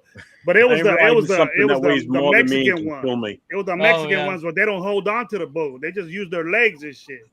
Yeah. They just use their legs. They don't got no where they hook them and shit underneath. Right? Yeah. He don't even do that. They just the arms are flapping. They're going all Yeah, over the place. I He had broke the his rope. back. I had the rope on one hand. Man, Screw that shit. he's walking crazy now. He said, "You Yeah, don't mess with I no was 2,000 gonna tell you pound earlier, fucking too, animal, Jeff, man." Hell that no. hat is fly as shit. I'm that good for a steak. You don't I do think that that shit, bro. Jeff's hat. Just to clarify off of Cassie's point, and I agree with him 100% on what he's saying. Yeah. It's more of a promotional thing, I think, for the NFL by bringing in these international players, because it automatically increases the status of that person, that player from whatever country he's there, that he's from. So it brings that country to the forefront and it introduces them to the NFL, which is what the NFL wants to do. They want to make this an international sport more than anything. They want to grow. It's a way for them to make more money. It's a business. They're not stupid. So I get that some of these guys definitely aren't going to pan out, and none of them really have yet. But it's a way for the organization or the team or the league to spread the word and get it more popular. And you get these more and more of these, these physical, freaks that are just, they're so big and they look like they would be a perfect fit in the NFL, but they just don't pan out. Look at Brock Lesnar.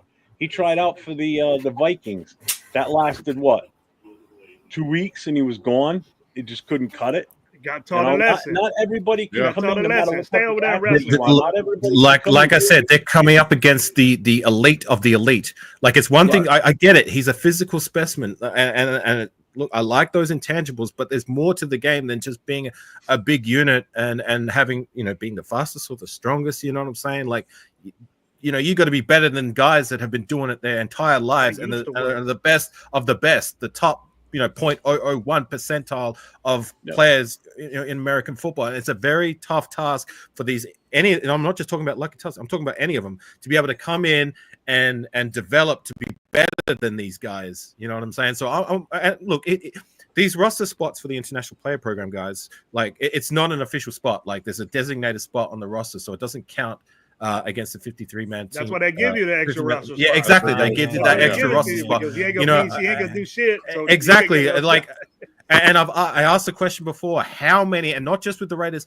for any team, how many of them have at least been able to, develop and become even a rotational guy? I mean, you'd find the percentile is very, very small, if any of them. You know what I'm saying? I got a better stat line for you. Group of players that does that well. That's usually the kickers. They come from the soccer league and all that stuff. So that's different. That's a specialized aspect. But let me say this, Jeff. That's Let me say this, Jeff, real quick. But nothing else. And this is probably gonna make Avocasi's a gripe about this guy even more. That us as a nation, us as fans, we say, Wilkins is hurt. He ain't gonna be here in the 6th game. But we're saying, oh well, we got this guy from Australia. He can step in and be right in. Right. It ain't gonna happen. It ain't gonna No. happen. Happen now. You know, how far back are you in your mind for the Raiders that this shit, the biggest, strongest and strongest dude is gonna work? You got to be mentally ready to do this. You got to be physically ready to do this. And the dude that you're going against is just as fast, as strong, as big as you are. And so, are you better than that guy? He might be the best rugby player in Australia. I don't know, or wherever he's from. But when it comes down to American football, bro, you're not going to get a chance. And I hope he does. To prosper that. I hope he does too. I hope he does too. I might be coming out as being but don't critical. say that this dude is going to replace Christian Wilkins. He's not going to replace at all. At all. No. I got one for you. That. I just wanted to see if he could make the roster. I never said he was going to. Yes, try to make the roster. When was the last time you even saw somebody that actually played football in college or even at the high school level, but never went to the pros, but then tried out for a pro team and made the team and lasted on the team for a few years? When was the last time you saw that? That's another example of what just. When was the last time you had a walk-on make a team in the NFL? I can tell you who I think right away when I think of it. They made a movie. Quarterback. He's a quarterback. But they made a movie of this one. Vincent Papali from the Eagles. The movie Invincible. Well, he did one for the Rams, the Hall of Famer. Kurt Warner. Kurt Warner was bagging groceries. Well, they found him playing flag football and packing groceries at the local Piggly Wiggly. So he was playing arena football. That's what he was doing. Yeah. Look, I'm not talking about international players, period, who've come over to America. Like, there's been plenty of guys who've been drafted into the league who've made a name for themselves. Like Mailata is a name. You know, you guys just brought up the Nigerian Nightmare, the guy from the Chiefs, Okoye. From back in the day, like, he's another example. You know what I'm saying? I'm just talking specifically about the international player program players.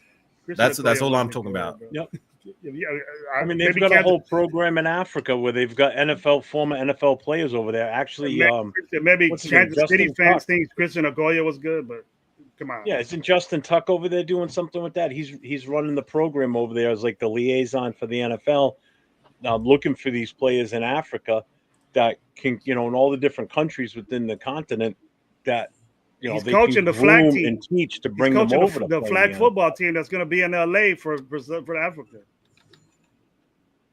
Oh, yeah. They're going to have flag football in the Olympics. At the Olympics, to LA. Yeah. And that's another way this sport's gonna spread the word of the NFL and potentially get more players, because you can transition from flag to pro somewhat, to actual contact football, I should say. That's where it starts. You start with little kids. They start at flagging and work their way up to pads. So, I mean, it's the same concept. You're learning the sport. You're learning the rules. You're learning the game. Jeff, can I tell you something about the international? I think flag football now and 7-on-7s now is fucking up football. 7-on-7s should not be in any practice. The real teams don't do 7-on-7s. That's show. No. That's show. You do 5-on-5. That's cool. God, Ralph. You just work with linemen. That's 7-on-7 is messing up football in my book. What's up, J-Dog? Okay, so about the case of international players program. I mean, a lot of persons, they just wanted to talk about the international players program and say it's a joke. No, it's not a joke, because I understand there's a lot of players, because I just wanted to understand about for that point. A lot of international players, they're coming from Australia, New Zealand, because they have a lot of experience in rugby, because those guys are huge. They know tackle, they know defense, but it's all about for the defense. If you're international, if you wanted to get fit in at a national team, which is American football, you had to be ready, because it doesn't matter. You had the talent, you had the skills. You had to be prepared, because you had to start to learn something new. It doesn't matter that I'm 5'5", or it doesn't matter that I'm fit or anything, because the international players program, it really fits to all about for the players, no matter represent for the nation. Because right now it's all about the discipline, and you had to work very carefully, because I know this being like another thing. And American football is no joke at all. Because if you had to learn something, how to tackle, because right now you had to get in, you had to go to fit, and you got to wake up, choose violence. I mean, it all happens. Right, but all I'm saying is that with the international player program specific, I'm not talking about all the international players that have come and circulated in the league, whether they were drafted or whatever. With the international player program specifically, from my understanding, there's a large percentage of those guys, not just for the Raiders but other teams, that have never taken a snap of American football. You know what I'm saying? Yeah, So exactly. it's a tough task for these guys to be able to learn the game, get better at the game, like I highlighted before, than guys who are at the elite level, the top 0.001% of American football players who've been playing the game their entire lives. And it's a tough task for them to be able to develop and become good enough to be able to produce on the field, even in spots. That's all I'm trying to say. You know what I'm saying? Because I asked the question before, and I'm not just talking about I'm talking about the league in general. Give me one international player program guy that has turned out to be that. Can anybody in the chat who's not even a Raider fan give me one name? And I'm not talking about draft picks. I'm not talking about guys who came from overseas who played football and then came into the league. I'm talking about international player program players specifically. So I just looked it up right now just to see who was even in the international pathway at all. The only person I actually even recognize is Jakob Johnson, and that's not even. Was he from the international player program? Yeah, I'm right here on NFL. And that's across the board since the whole program has been in effect for everybody. Yeah, that's the he best. Was in that program. Jakob Johnson. Was in that program. He was in that program. Yeah, he's from Germany. And that's it. And that's it. Just that's one guy across 32 teams since what? 2016, 2017? 17, that's it. Yeah. And he started for the. I rest my case. He started for the. Wow. God damn. I mean, but the other thing is, I mean, you had to be really prepared for what's coming next. Because if you're international player scouting, you had to pay attention with close to like the talent. Because not many international players got the same luck. Because there are not many who's been elite, or there's not many players who's been sucks. Because when it comes to American football, which is the NFL, or like the spring league, like the United Football League, or flag football, or college football, you had to be prepared. You had to understand the rules of the game. You had to understand how to get fit in, because it's no matter. Doesn't matter whose skill you are. It doesn't matter who you're running back, because you had to be prepared for what's going to happen. Because some of the international players got really nervous when it comes to the first year. But take like 1-2 years to develop and put in like some veterans to teach to the rookies. So you had to pay attention. I'm sorry, Raph. I'm not laughing at you, Raph. I just happened to just look over at 805 and Chris from Protect the Shield and Lunatic. Yeah.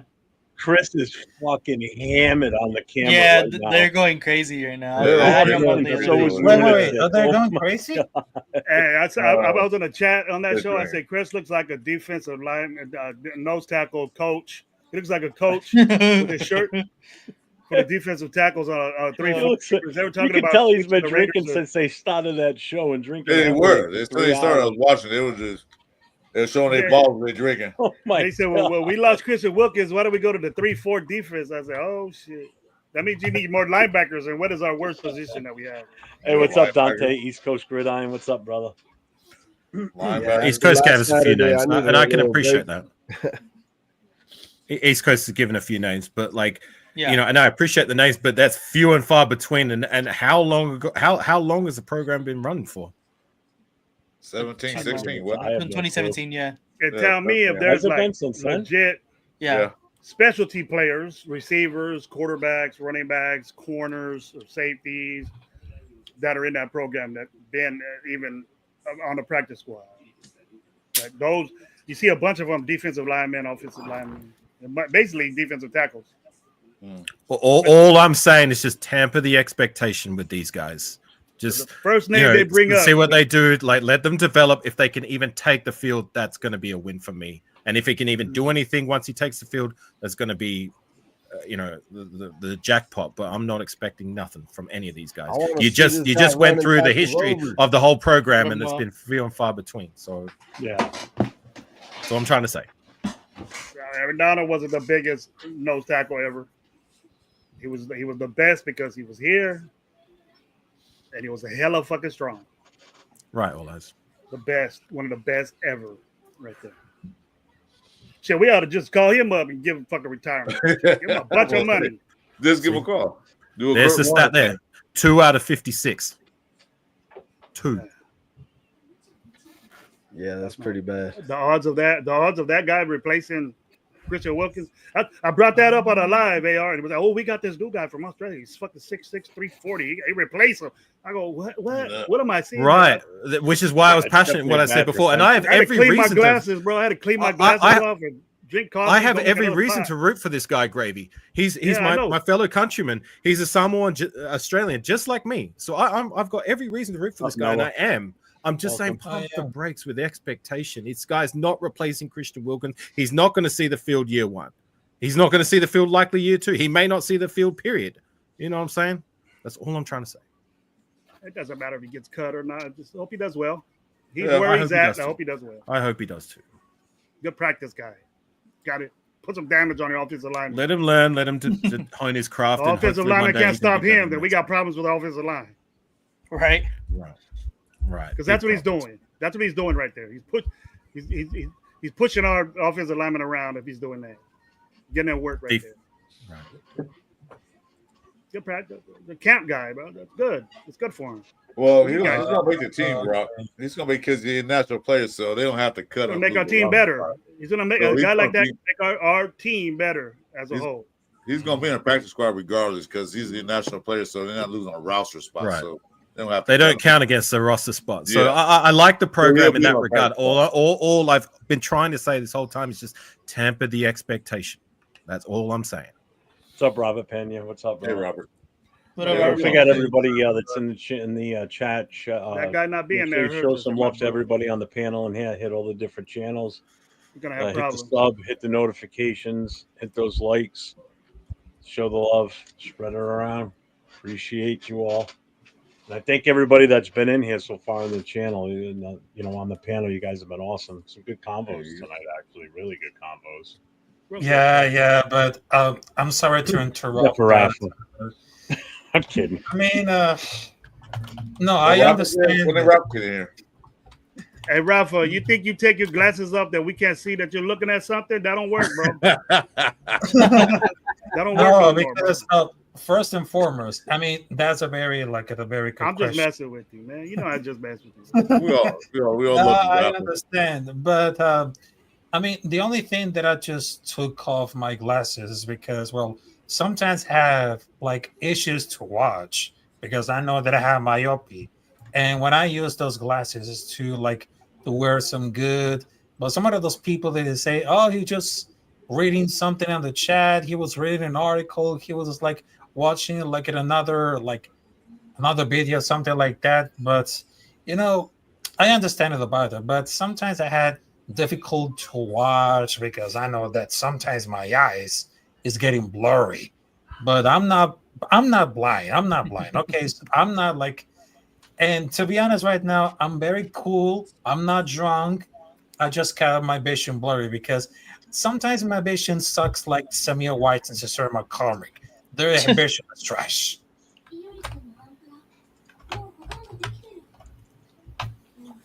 I could dig that. Well, Sincere, I'm at least excited to see what Sincere can do come the preseason. I just did a live where I highlighted players that I feel need to prove that they either belong on the roster or secure their depth spot. And I highlighted all 3 of those guys that were a part of the running back by committee last season. Sincere McCormick, Zamir White, and Dylan Lobby is another name you could throw in that conversation because all of those guys are fighting for that one spot, I believe. We've got Ashton Genty. We drafted him for a reason. We have Mostert. But behind them, I want to see what I want to see McCormick healthy because he proved to me that he can play when given the chance. You know what I'm saying? And I want to see that, and I want to see him healthy because, like I said, I'm not giving him any more practice squad concessions. He's already sat there for 3 years. Now's his time to step up and show that he belongs and he can play well in the league. Or if he doesn't do that in preseason, he can go. Dylan Lorby, I can give him a practice squad concession, but he's another guy who needs to step up. And Zamir White, you already know how I feel about Zamir White.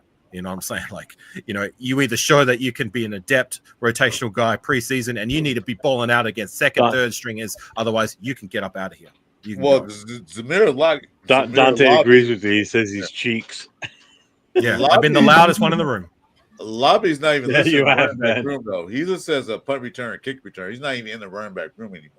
Well, then he needs to solidify that role. He's behind Miller. He needs to solidify that role, or he can go to the practice squad. He's behind Miller and kick return, punt return, so he's not even in a running back room right now. That's one kid I want to see return kicks is Mallet. Yeah, Tommy, touchdown Tommy. Well, somebody needs to solidify that job because that's up for grabs too. The returner. Yeah. They got him and Chris Corrier. They drafted last year. He's in there too.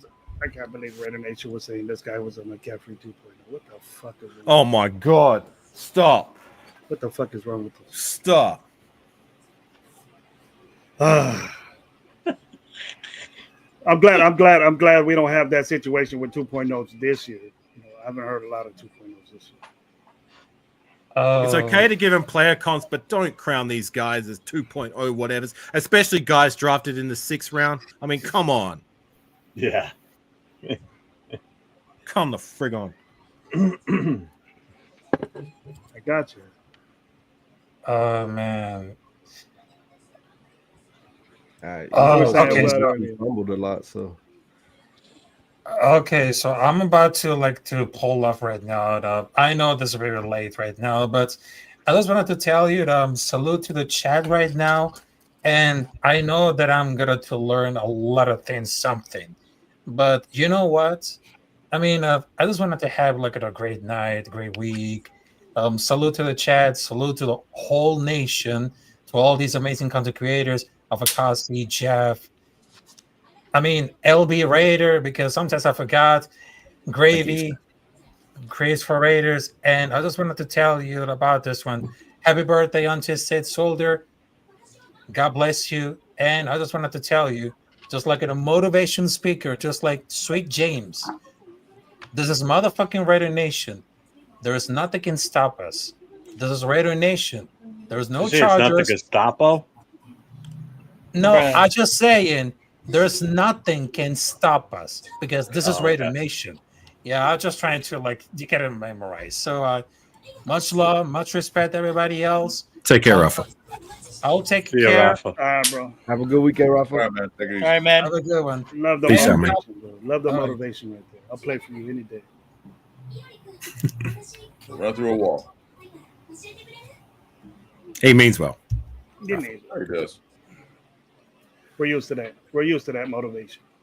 Right. That was weird. We talk about defensive linemen and cornerbacks. We talk about cornerbacks. He brings up defensive linemen. Can I bring up another name that I've earmarked that I want to see? I want to see more from, and that's Michael Mayer. How do you guys feel about him? Love Michael Mayer. You do? I think he's good, bro. I hope he's have his head together because we just still know exactly what happened to him last year, why he disappeared. Yeah. Hopefully he has. If it's a mental health issue, we get that straightened out because he was a good player, still is a good player. I'm assuming, but hopefully he's back on track because we'll probably need him. Right. I really like Michael Mayer a lot. It's just going to be an uphill battle for him to carve out a role in this offense, especially with Brock Bowers getting most likely a majority of the targets at the tight end position.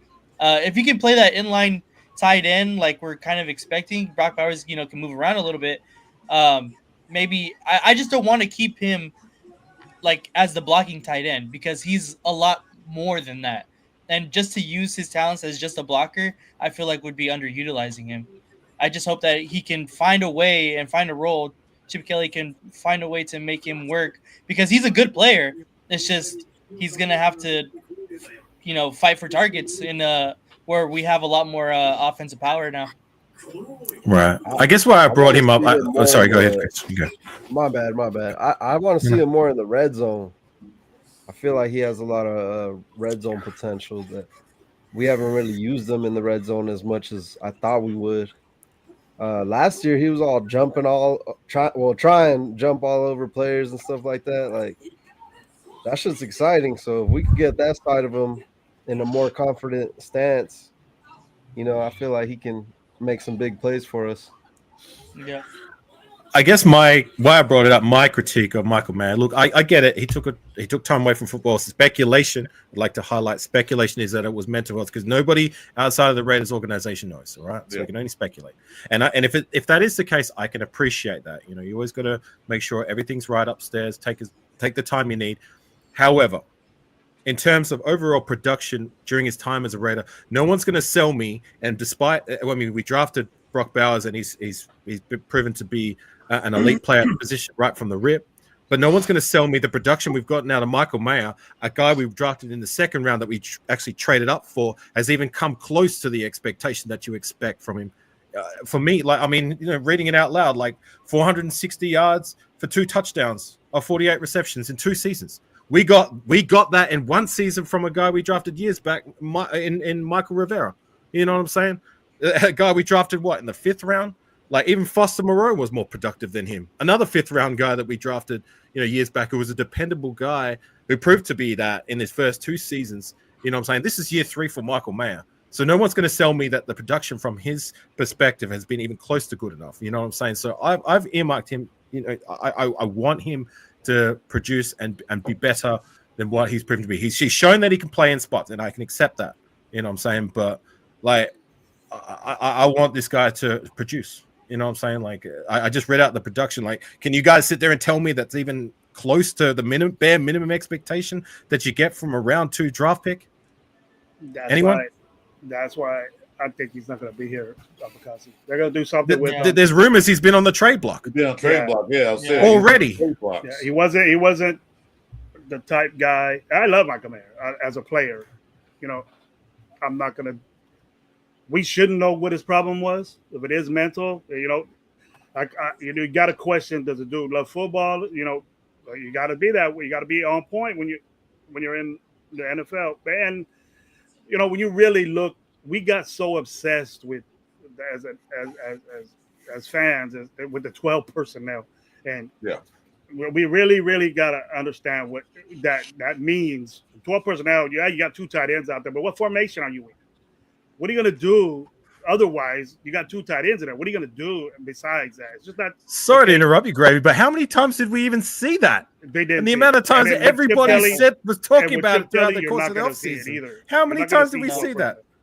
No, you're not going to see 12 personnel with Chip Kelly. No, you're not. Very rarely. Very difficult. Maybe in a red zone, difficult to run zone. Right. Don't read or RPOs with 2 tight ends in there. You want more bigger guys. So he doesn't do 12 personnel that much, and he's expendable. Probably could get something for him. His passion for the game is. You question that, and then I don't want to wait and see. I'd rather just get somebody else. Well, the fact that you just said he's expendable, and the fact that the rumors has been he's been on the trading block says everything you need to know. Yeah, I mean, come on. Think about it. He was perfect for McDaniels. Perfect for that. Maybe you could go New England and you run that Earnhardt Perkins offense. Perfect for 12 personnel, but for what Chip Kelly does, and if he does what he usually does, 12 personnel is not used widely, as much as we think it is. That we got adapted to saying. We got so hard on saying 12 personnel. We never seen it last year because we couldn't do it. It was nauseating how many people were talking about, are we going to see this, that? We've got the next coming of Gronkowski and Aaron Hernandez. I mean, Brock Bowers lived up and then some to his expectation. But my God. I got tired of trying to explain it, and just, I don't know. I lost cause conversation or trying to drill it in somebody's mind. Oh, we run 12 personnel. This is the double damage. Well, what are you going to do if you're in 12 personnel? It's just not them two. You got to do other things with it, It just doesn't pan out for us. He's not that type guy for Chip Kelly. Bowers is, but not him. I get it. He's not that type guy, but you've got to be a competent rotational guy. At his best, he can be that. But I'm just saying he hasn't done that from a production standpoint the last 2 seasons. You know what I mean? No one's going to sell me that. There's got to be a bare minimum expectation for a round 2 draft selection. You know what I mean? And he needs to start living up to it when his number is called. All right, East Coast knows football. Oh, I see him on your show, that East Coast granddad. He knows football. There he does. I could tell he does. He knows 20. He knows 21 personnel, 11. See, he's an X's and O's technical standpoint kind of guy. I'm just a fan who just Sounds like from the heart and just call it as I see it. You know what I mean? Like I might be way off, but I can only just do the best I can to connect the dots, and that's all I'm doing with Michael Mayer. Like, you know, from the eye test and the production standpoint, like I said, no one's going to sell me that's even come close to being the bare minimum expectation. It hasn't. Exactly. Nope. I'd rather have another running back or a tackle in there than have him. That's probably what you're going to see. He's going to get a playmaker, a faster guy, somebody that's explosive more than Michael Mayer. Come on, year 3, do something. Year 3, do something. I agree. Well, he can block, well, so can a tackle. Yeah. So can a wide receiver. So you're going to use a lot of that. You're getting guys that they block. So we see that happening. Guys that block. I've heard a lot of people saying that that Besh is going to be a day 1 starter. You guys agree with that? He started on depth chart. He's already in there. He's already in there in the depth chart. Right now. Starting. So we drafted him to be as a round 2 selection. You know, we have a depth issues at wide receiver, large depth issues at wide receiver before the draft. We've tried to address that with Besh and this guy Thornton. So if it's Besh that's going to solidify that number 2 role, which seems to be the case, then cool. No, we had a lollipop good wide receiving core that couldn't block. That's what we had last year.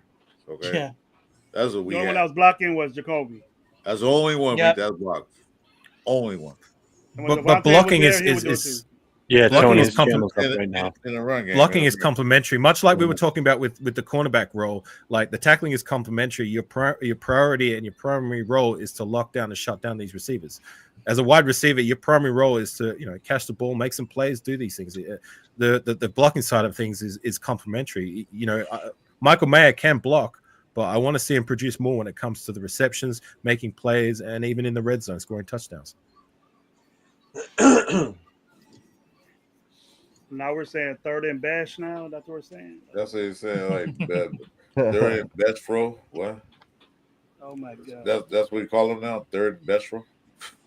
I do like what they've started on IG. Max Crosby's been pushing it too.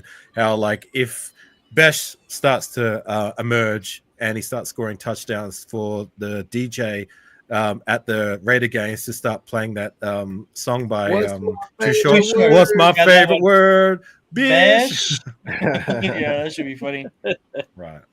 But I want to see him earn that first. Welcome You know to what I'm the saying? show. Yeah, He's for sure. He's got to solidify his spot. Okay, you want him to score touchdowns, not get first downs. I'd rather have him score touchdown, first down. Right. First down. It's important either way, but Crawl before you walk. yeah. This guy. Oh no, Renfro. He didn't drop the ball a lot until he got concussed and he messed up. He fucked up a lot, but Right. Bro, I little love guy Renfro. going down the middle like that. What do you expect? Besh is not a little guy. No. He's not Renfro size. Definitely. Nah, far from it. There's different skill sets.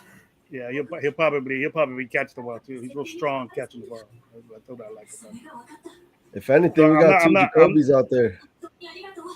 I'm not bothered by him being in that role, starting, being in the depth chart number 1. Doesn't bother me at all. Nope. He's showing it. He's showing it right there. Good. And we can get a guy to. I'm not a big fan of Trey Tucker, so I like Tucker as a spot guy, and I've highlighted this many times. I like him as a spot guy. When he gets open, he can catch. He doesn't have a problem with his hands. He can catch the ball. He can make some plays. The problem is if he doesn't get separation, if our quarterback throws in a contest, this is just what I saw. He loses every single time, or 9 times out of 10, and a lot of those times the ball is intercepted.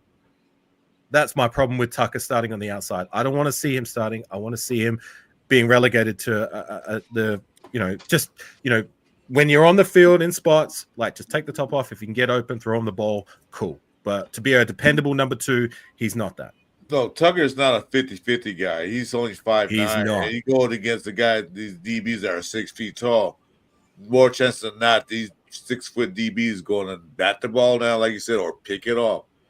Every time. If he get outside, if he can beat him downfield, it's money in the bank. He's not a 50-50 guy. We use Tucker more for his capability to situational type stuff. Situational. Right. And just not when Tucker was running routes, you didn't see Tucker getting 10 yards. What up, Tony?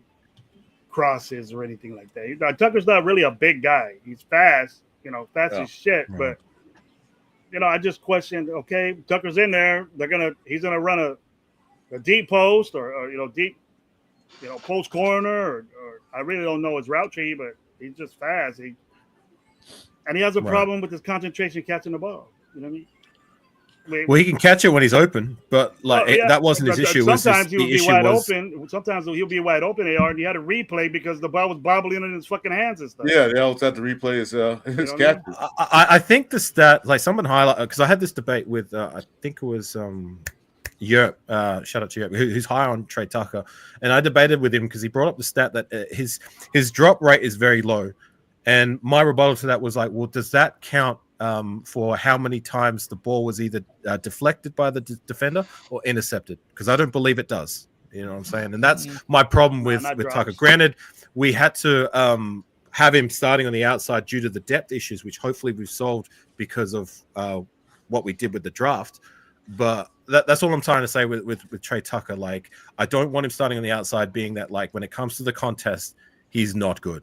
In fact, how many receptions did he have? Does anybody know that? I can give you that. Nate, how many receptions did Trey Tucker have last year? 47 for 539 yards. There you go. Not bad. Right. It's not bad. Like, starting on the outside, but three touchdowns. Did you guys see what I saw just from the eye test? Yeah, I agree with you totally, but I think worse. I think worse of him. Yeah, to me, honestly, I think Thorin's going to take Trey Tucker's job. I think Thorin does everything that Trey Tucker can do, but better. He's taller. He catches the ball just as well. He could be faster. I think, and Thorin, like, I think Thorin can possibly be that Jeremiah Smith kind of guy that Chip Kelly had last year.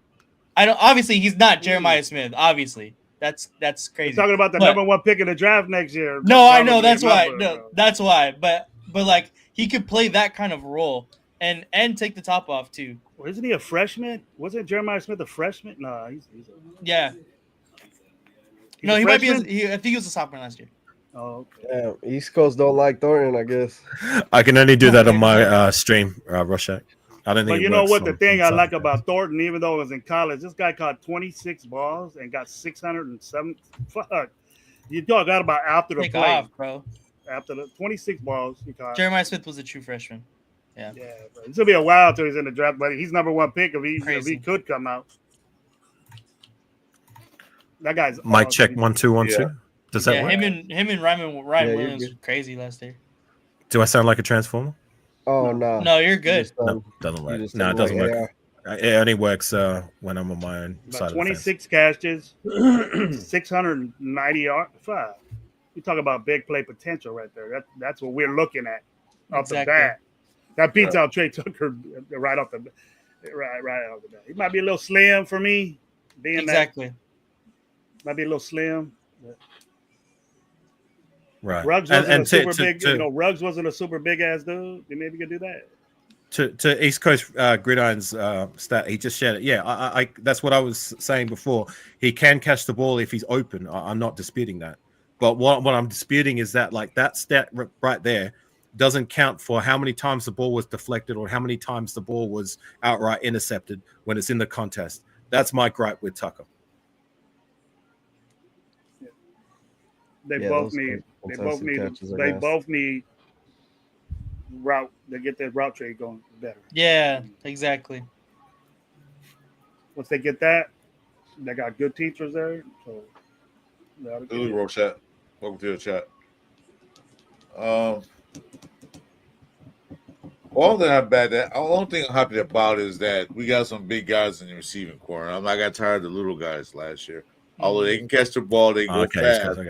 But I got tired of guys. The ball's going to them, and the bigger DBs is batting them down. We got some guys that actually can go 50-50 balls besides Jacoby Myers. So I'm happy we got some guys in there. They have these rookies have to develop. They have to learn the routes. They have to learn all that stuff. So just gotta wait and see. So we got East Coast. Colin, Colin, wait, hold on. We got that guy, somebody named Colin Johnson, I think. This guy's 6'6". He came from the Bears, I think.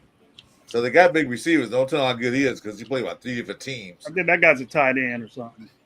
Yeah, 6'6", 222 pounds. He's not that big, but as far as like weight. But my bad, Chris. Didn't mean to. I was just following up on East Coast Gridiron's. Says East Coast is saying, and salute to him for sharing these stats. He said 4 contested catches on 10 attempts by Thornton. I will take 4 out of 10 than 1 out of 10 or 0 out of 10, which is what you're going to get from Tucker. But the thing is, though, AR, I got a problem with that because in that year, they only did that 50-50. It was completed 4 times. I want him to catch a ball. I want him to get 10 receptions for I want him to produce more than just a 50-50 ball. We can see right there on that stat what Gridiron's doing is that what is the 50-50 ball in the season? You know what I mean? So to me, a 50-50 ball is not really important to me. What you do in the seams and your route tree, you got to do that before you're just a 50-50 guy. Unless we're in that situation, you're not going to be in the game if you're just good for that. I want a guy to be there every play. Be consistent every get more than 26 catches. I'm impressed with the yardage after the catch. That means that's great. And then, but if you're just there to just in the red zone, yeah, we had a problem with that. But we depending on a fourth round rookie to be our fifth. Who are you talking about, Thornton? Thornton, yeah. Are we depending on this guy to do athletic shit right off the bat when he don't even know a route tree? So we gotta slow down on that a little bit. That's not what I'm saying, Gravy. That's not what I'm saying. I know, but that's what Gridiron was saying. Yeah, and but he said he played Oregon. He only caught 4 balls last year that were 50-50 balls. I know what you meant when you were reiterating what Tucker and him comparison. I understand. Yeah, that's all I'm saying. I'm just we're talking about Tucker's weakness specifically, and all I'm talking about is just comparing it to say Thornton. That's it. Yeah. Well, Thornton had ran routes when he was in Oregon. Got Tennessee, it all changed. They didn't run those routes like he did when he was in Oregon. So he does have a route tree. We don't know what it is because wasn't it Tennessee? Thornton. Yeah, he transferred from Oregon. He had a bigger route tree at Oregon. Ran different routes. Got to Tennessee, this routes change. That's why they catch that ball. Gotcha. So we don't know what's route tree gonna be like for the Raiders. Well, now we know Oregon has never changed, but we got to look at that. Oregon has never changed since Chip Kelly left. No, it's still the same. Exactly the same. He probably was young then, and the reason why he transferred. But Tennessee is a very, very not complicated offense. Their quarterback at Tennessee was Josh Heupel. Remember him? He's like Lane Kiffin. He dictates where his quarterback throws the football. So if he's open, he gets it. There's no saying it. So that's probably why Thornton had less catches. But it's a very offensive friendly to the quarterback and to receivers and stuff. They're running. You watch Tennessee. Oregon's more difficult. So I gotta get going, gang. All right, AR. Thanks for having me on. AR, real quick, before you take off, AR. Are we still on for Sunday or what? Should be. I've been pretty busy all week. Let me see what my schedule's like tomorrow because I've got another busy day tomorrow, I'll let you know. No big deal. That's fine. I want to. Why we got the little if you're available, then yeah. I know. Nathan's been busy as well, but let me see what my schedule's like tomorrow, and if we're on, I'll let you guys know for sure. Okay. Anyways, thanks for having me on. Gravy, Chris, Chris, Jeff, Kelly, but LV Raider, I don't think everybody in the chat. Tempo's different. Take care, man. Tempo's way different, but I see the same scheme. Tempo's way different. That's all. But I see the same scheme as far as running the football and stuff like that.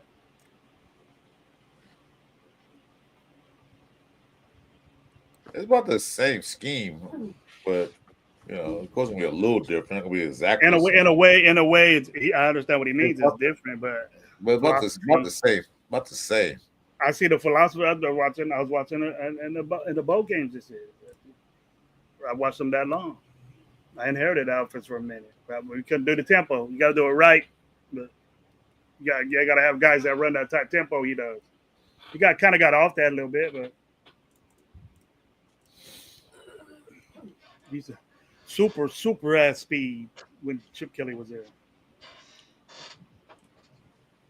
They were like, remember all them Baylor guys that used to be super fast, do with small wide receivers? They used to be the track team out there. Oh, yeah, I remember that. Chip Kelly back in the day. And then they were running plays every shit. The play clock would go to 25. They're running another play. Defense was tired as fuck the first quarter.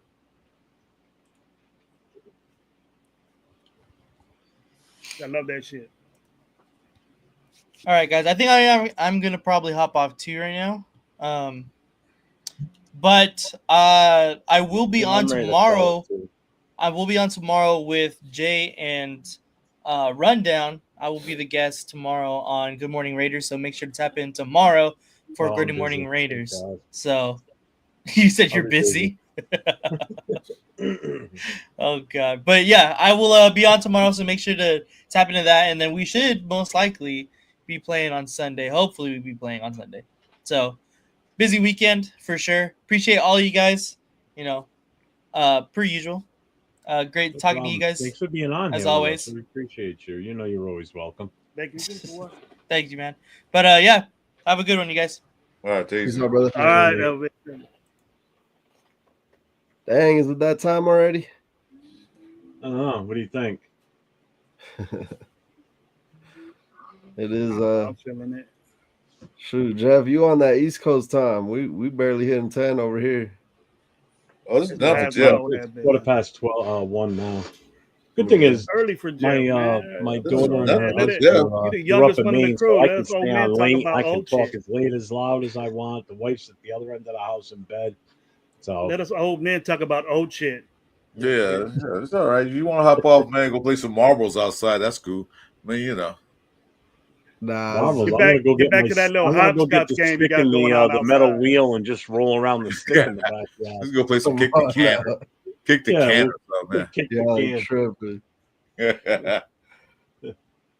Nah, I just walked in my room and my lady gave me that look like, what you doing? This you hear talking to the retirement crew. So yeah, do what you want. Shit, my lady's happy I'm out here, bro. My old lady's gone. She uptown. She up north. I'm cool. I'm by myself. Are we chilling? Nah. I mean, we can stay on. I don't care. I was just saying. I was chilling with my wife, bro. I mean, Friday night we do our thing on Friday night. Go out, eat. Yeah, we could run a 12-hour shift here, Fook. You want to stay for that? Shoot. Hey, I honestly was just trying to test out my new little setup, man. So Oh yeah, how's that computer run you got? I think it's pretty smooth. It's not hot or nothing. Yeah. So Okay.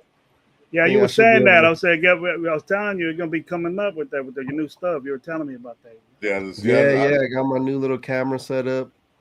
So make sure it's good that the little ones make sure that really ventilate, man. You can't put them in the corner somewhere because those things heat up real quick. That's what I was telling you. I was telling Lo, I go, man, you're gonna have if anybody goes to Bakersfield next year, I go, Lo, they're gonna be 50 content creators with cameras out there just doing the same shit we did next year. Yeah. You know it will be. Hey, y'all went live though. Respect for that. Yeah, we went live. Yeah, y'all went live. I just told him, hey, babe, can you shut the door a little bit? If we do that, when we went in there and there wasn't a lot of room and there was so much of us out there and that we said, man, we got all these content creators here and But they didn't bring stuff. They just brought like a lot of merch and giving out stuff and promoting themselves. I understand that. We didn't bring none of that shit. We just brought we brought computer, mics, and all that. You know, Low brought all that stuff. So I just stayed out of his way. I said, hey, we might as well just set up. Maybe in between the DJ and all that, because we didn't think nobody could hear shit. Because it was so loud in there. Wasn't it Chris's? It was loud in there. It was loud as fuck. I had to go outside and think, like, woo. When I was on Saturday night, Jay tapped in. He joined the stream with me, and I could barely even understand what Jay was saying. Did he have our mics? I mean, I could hear. Yeah, he came on live with me. I sent him. I put the link in our IG chat that we have from the connection, and he came in, and I could hear him, but I couldn't fully understand what he was saying. It was just so bad. It was horrible. It got louder. What was good? I said, man, I go, if anybody streams this, I go, they're gonna get copyrighted. So will we, because the DJ's playing jams like that. I go, just turn it off and just put the camera up there. That was Low's idea. So I said, that was a good idea, putting that camera out there. I said, everybody can see shit, and I go, hey. Like I said, I wasn't there, but it made me feel like I was being able to watch that for hours, throughout the whole day. I think that happened to Jack Kennedy, because he was trying to stream live to Madman's channel, but they kept playing that music, man, so he got copyrighted. So he turned it off, so we had our feed. It wasn't no music. Yeah, but I think he was on his phone. Jared asked, he goes, "Can I show it?" And he said, "Yeah, cool, bro." It was all right. I was just laughing when those dudes were just chilling in front of the camera. We were just getting the back of their head right there. I tell Low, tell get the fuck out the way. Yeah. Oh, 3 guys in the back, yeah, they were just standing there. Well, they were watching Chin. I think Chin was coming up or something like that. Yeah. We moved the I camera. kept forgetting that I couldn't bring drinks outside. They kept catching me. I was like, oh, my bad. You could have put that little ass beer in your pocket, bro, and took off. That little beer was not about that damn big. Bro. And people were buying that stuff. Chris was one of them. I go, man, another one? You paying all that money for that little ass beer? I go, man, it's an alcoholic's nightmare right there, bro. You spent a bunch of money. I would have been, if I was still drinking, I would have told you that. I would have spent $500 just on beer. I wouldn't do that, because beers like this small. You had to buy some beer like that. You got to buy like they were pretty tiny, bro. I was telling Josh, I was saying, what they doing that little titi beer, bro? You got a little titi. It was a little strong for that. Hey, they had me feeling right though. By the end of the night, I had like 20 of them. 2, 3, 4 hours. You started feeling good. Hey, Food. Roche asked you a question. You see it? Nah. I mean, I'm from Cali, but I don't live in Cali, bro. I used to live like in San Fernando Valley area. He looks like Nate. You saw them side by side in here on the camera. They look like twins. Yeah, I think I just look like a California Mexican. One's a little fuller in the face than the other. Blends in LA. All of us blend in LA. You like a Valley Mexican, yeah. It was hella cool over there, though, bro.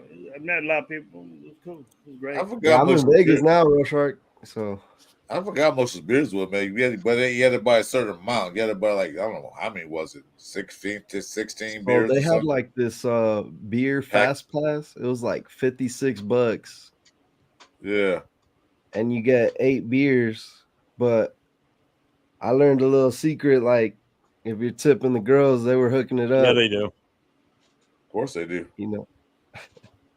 That you barely learned that secret, Dan?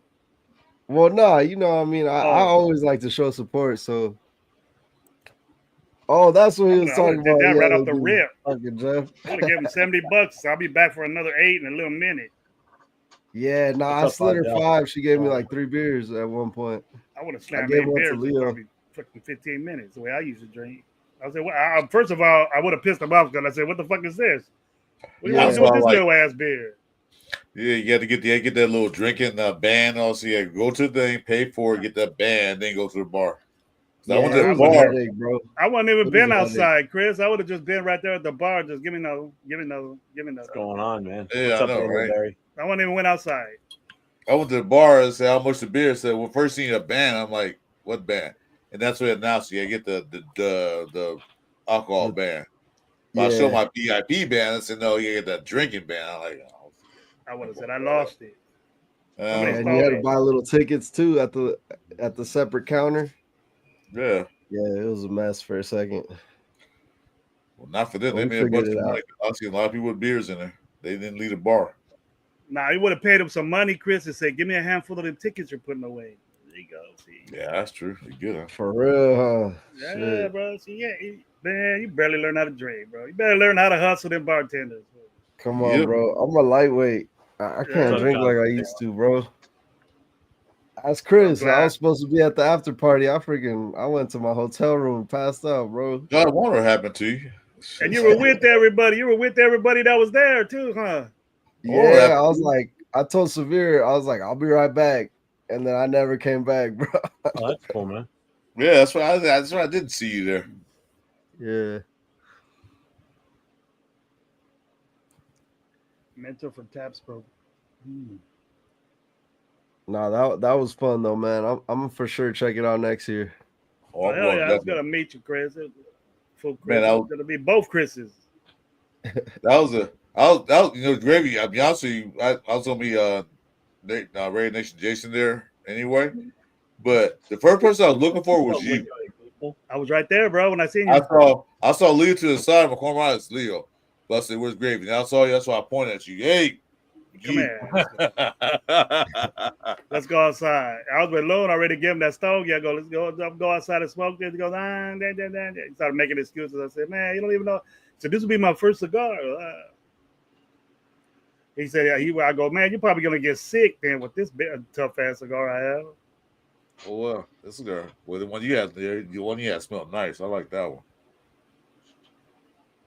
Yeah, that was a good one that I brought for the couple fellas over there. I was gonna give Leo one, MC Raider one, but I said, man, somebody stole mine. It was halfway done. Somebody took mine from the fence. Yeah, I know who took it.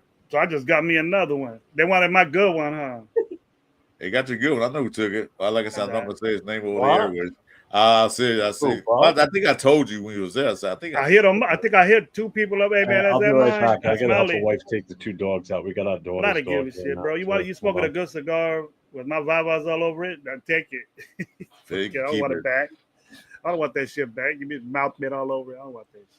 Yeah, I didn't know what to expect in Bacon Show, man. That I had a blast. I'm definitely going next year. I had a blast, fun. And we were talking football. It was good, man. It was good.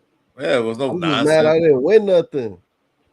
I went in there with the goal, bro. I went in there with the goal of getting raffles and taking a grip of pictures. I only took one picture. That's it. I could take pictures because of my conditions, so I took a few, but not many.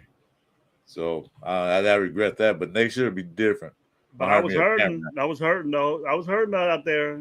I can't stand around that long, but I was still recovering. I had to sit down. I can't sit down for long, so I got to get up. Yeah. But in between that time, man, I got to lay down. Yeah. To make everything right, and I couldn't do that. So I was like, get up, bullshit. But I guess I faked it real good. Shit, I can't imagine, bro. About one of those rare chairs. He bought a rare chair that you can actually lean back like what's it called? It's computer chairs. You can lean like halfway back. I mean, I gotta lay down. At least you stretch completely out. Yeah. And I don't want to be all pilled. I took the pills that I have to take, but I didn't take my good pills that make me relax and stuff. I would have been different. I would have just been sitting there just looking at people and shit. Was it? Yeah, I was tripping that you recognized me, Gravy. I was like, oh shit, he recognized me. I see you all the time. I recognize everybody that I chill with. I know people, man, and I besides the people that obvious I didn't know, but the people that I'm on panels with and I see, I remember everybody. Say what's up to everybody. I made it a point to show myself out there. Right. I'm at a point now where I gotta slow down. I gotta slow down, and I'm over here anticipating all these games and shit. But doctors are smarter than me, bro. So I gotta listen to them. I'm a stubborn dude, so I gotta listen to people that are smarter than me. So I'm gonna say, all right. I want to change the subject right quick, but this question from Rock, you think you hear about this Keenan Allen thing? He's tied. He's always been tied to us. So. Now I'm kind of off it a little bit. I was pushing it for a long time. Keenan Allen's still out there. You know, we got a wide receiver problem. You know, actually, factually, do we think this guy Thornton, or are we comfortable with a rookie 4th round pick that doesn't run a route tree very well, and Trey Tucker that's inconsistent as our, you know, X or Z or whatever the fuck he wants to play? Yeah, I'm not comfortable. Yeah, with that. In the long run, maybe, but a guy like that could make an impression on our team, make us better. But he has the experience, so that's something that's good. He's a Raider fan.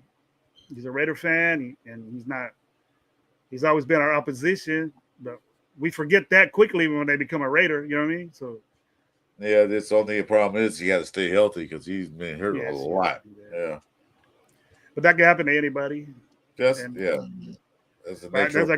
guy out there too that just got released. You know, that'll be adequate for us, that blocks well, that has games where he's consistent. He just wasn't thrown to enough. It's Gabe Davis. I like Gabe Davis for us too. Big guy. He got released? Big guy.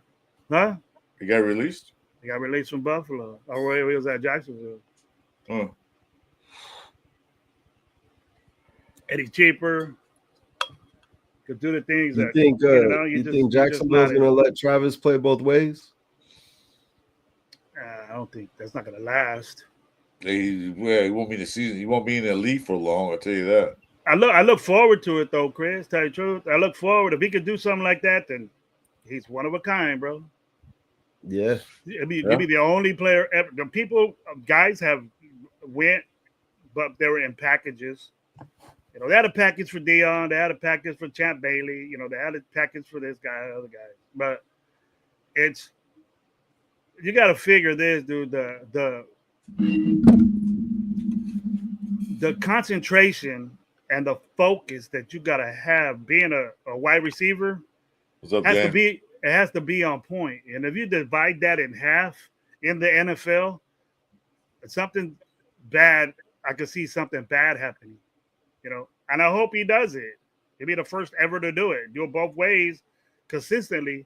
But you got to think, man, if this guy he's in a game and he plays cornerback, well, no, say like he's a wide receiver, right? Because that's what basically what it looks like his primary is, because that's what I'm hearing, is that he plays wide receiver, he drops a football, and everybody's booing him, and then he goes and covers a corner. He covers Chase, and then he gets burnt for a touchdown. What the fuck are you going to think about the guy? You know what I mean? It's just tough, bro. When you're put in that situation, it's tough. So I hope he can do it. It'll be amazing to watch. I'll be focused on it. I'll be watching him. I got my eye on him, but I don't hope the worst for him. Hope he does it. Yeah, that's cool. They'll show them playing both sides of Jacksonville's practice. They'll show them doing both. Mm-hmm. But we don't know where they're going to put him at. Is he a better receiver or is he a better cornerback? That's what they go. That's what they're looking at to see what he is. Because to be honest, Jacksonville needs both those, needs a receiver and a cornerback. So but you know, they're gonna find out probably quickly that he's gonna have to focus on one thing. I don't know if he's that type dude. And my guy Jay was good. What up, Jay? Big Jay. Was great to meet your family, homeboy. It was great to meet the family. Hey, appreciate you, man. Yeah, for sure, man. Yeah, Jay, thanks for not punching me in the face, man. Why would I punch you in the face, bro? Because of somebody that was just exactly like you. I was ready to grab him, and then he turned around and was like, wait, that's not Jay. Because somebody said you were there, and I was looking for you. I don't want to grab him. He's a wrong guy. My mini clone, so I heard. Yeah. We had like 3 J's. Jay's the super dad, bro. He's a super dad, right? Yeah, I'm the one with the kids. Hey, nice looking family, Jay. Nice looking family. Thank you. Thank you. Yeah. They were ready to cut out. They were ready to cut out. My girl was having time, bro. She was not feeling it. She was ready to go early. Man, yeah, she's just, I don't know. I see it like She's, that. I she was was thinking crying. about ready to bringing go. my fam, but yeah, I don't think my I girl go, would what's be into wrong, it little one? either. What's the matter? You don't like being here? She goes, I'm tired. No, it's cute with that red outfit, man. So look at that. My That's how you feet raise your hurt. child. Yeah, she had a little Raider outfit. Yeah, for sure. That was cool. That was Yeah, cool. she says Raiders now. She does a little Raider chat. Oh, yeah, that's tight. I Raiders. wish I would have heard that. That's tight. Yeah, I have it on my blog. We have Yeah. it on video. It's on the I'll blog. check it out. I'll check it out. Yeah. That's It's cute, special. cute. Going with I the had to put family. it in there. Going with the family and stuff like that's deep, bro. It's real good. Oh, you came from a long ways too, huh? Yeah, man, Albuquerque, 1,000 miles. 1,000 miles. You in Albuquerque? I got my 3 sons live in New Mexico. Oh, really? Okay. I think Las Cruces. Okay, so that's about Las 3 hours Cruces, little south of town me. right there by Las Cruces. Yeah. It's almost El Paso. Yeah, they drive to El Paso all the time. That's where the plane lands. Yeah, there you go. And they say it's a good little drive too. It is a good drive. It's about 3 hours. Damn, fuck that. Yeah. That's why I don't go to New Mexico. Because I don't want to go to Texas. Fuck Texas. I don't want to go there. Been there, hot as fuck, humid as fuck. I don't like it. It's humid. It's hot. It's terrible. It's not. Everybody if you want to go to Texas, take 15 hours to drive from one place to another. Well, I hate that. Man. I make 10 hours going to Dallas, and I'm halfway because we were talking about it on Wednesday, right? Oh yeah. And yeah, so those guys live in LA, and I'm like, yeah, it's about, for me it's 10 hours. So add about another 12, so it'd have been like, it's 22 hours from LA to Dallas every Bro, time. you drove from Albuquerque to Bakersfield? Yeah, so I drove from Albuquerque to LA, and then LA to Bakersfield. Okay. Yeah. How to make a pit stop at your hometown or what? Oh yeah, bro. Always, man. I always stop by my hometown. What's the matter? The fam, and so you took off super early then, huh? Yeah, I was there since like Thursday. All in right. LA. Yeah, I was there Thursday in LA, and then we left on Saturday afternoon. Back to New Mexico? We made it. I'm back home now. Yep, got back on Wednesday afternoon. Oh, you went on a mission then. You kicked it. Yeah. Oh yeah. So you in Bakersfield? Did you go back to LA? Yeah, I went back to LA. Oh, we didn't stay. Yeah. Okay. Nah, that's good. Yeah, we didn't stay. It was too much for the kids and stuff. Yeah. Oh yeah, that long day at Bakersfield. And there ain't shit over there. There ain't shit to do over there. No. Bakersfield sucks. Yeah. Peace up to David. Karaoke bar. Peace up to Derek Carr's hometown, bro. It ain't Fresno, it's Bakersfield. He lives in Fresno now. That's funny. They got good football in Bakersfield. Oh yeah. DJ Shark. We tried to sign him a few years ago. He didn't want to sign with us. I don't know why we want to sign him now. DJ Chark is whack. Yeah, but we tried offering a contract to Vegas a couple years ago. He said no, so I don't want him. Get him. I didn't even want him then. Yeah. I said, well, what we had considered, I said, yeah, well, we had nothing anyway, so sign him. But he said, no, I'm going to go over here. I said, well, bye. I don't want no wide receivers that came from the freaking Jets, bro. Never. Yeah. You can stay where you at. Yeah. And where's DJ Chark now? How many teams he been on? I mean, he's been on like 8 teams. He's still a free agent, I think. He's been a free agent. Yeah, so keep him. Yeah, he had a lot of potential. He played for the Jaguars, but potential means nothing if you can't catch the ball or do anything. So. Tony Shepard. I like Houston. I like Houston. Yeah, but I don't like any other place. Nah, like I said, Rock, we offer him a contract, then he turned us down. So get at him. Well, that's that time he went to Las Vegas. He went to Las Vegas and chilled there, and I wouldn't have signed his ass.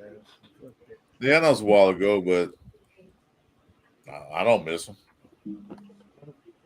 I'm honestly cool on all these free agent wide receivers. I don't know. They want to bring Amari Cooper back with his drop balls ass. Yeah, that's the rumor right now. Yeah. Is it? I think we're good. I think we pretty good on wide receiver one right now.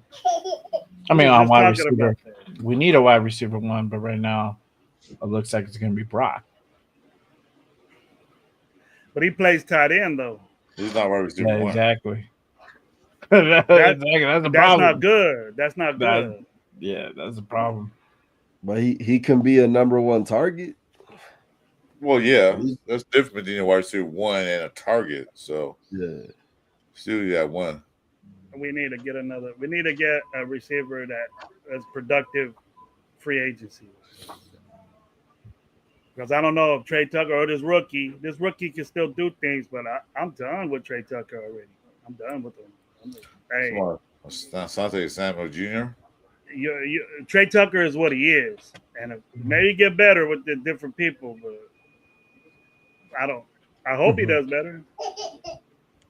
I still think there's a chance we sign Ramsey.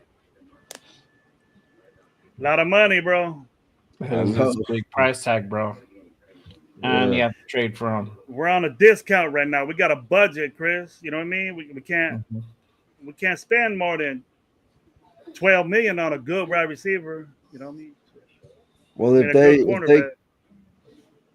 if they cut him June 1st, we don't got to trade, right? Why would they cut him? Because of his contract, probably. Yeah, they're not going to pay him. They have to. I don't think so, because he's going to be $40 million on their cap, or something like that. That's why they're talking about trading. They're talking about trading. June 1st, it's only going to be like $8 million. Something like that. On their cap, yeah, but the team that trades him is going to have to pay his contract. Oh, okay. He just signed a contract last year. For what, 40 million? Nah, dude, he gets like almost $28 million a year or something like that. Oh, yeah, that's fucking. He got a big-ass contract. Look it up. Check it out. I think it's around there. He's one of the highest paid corners in the league. Hey, Jeff, you see that guy Lamb? In the I'll chat. check it out right now, bro. You see that again? He's not my channel. You guys kick him out, please. I do not like that word. I don't know what channel he's on. I don't know if he's on Jay's channel or what. No, I don't have my channel broadcasting, bro. Oh, okay. Because he might be in your channel then. You can come and respect people, but not use that word. Yep. He was on mine. I got him. Yeah, you're not coming using that word. Even Wishcom said it. Super Bar said it. So, yeah, no, I don't appreciate that. Yeah, we don't need none of that negativity up in here. Nope. Thank you, Chris. We sure don't. Come in with that. You can come in and say all kinds of stupid stuff, but you don't come and say those certain words. N word, C word, none of that stuff. You have respect. Yeah, I found out, Jason. I didn't know that. Jeff told me that. I knew that he was on the other night. He was in that name, and his first comment, I'm like, "Hey, this Piano Man." Yeah, well, he's right away. He's fine. He ain't saying nothing stupid. No, he's being good tonight. He's being a good little boy. Like we said here. You know, yeah. Just don't use that tone here. Anyway, superpowers. That's funny. What's up, James?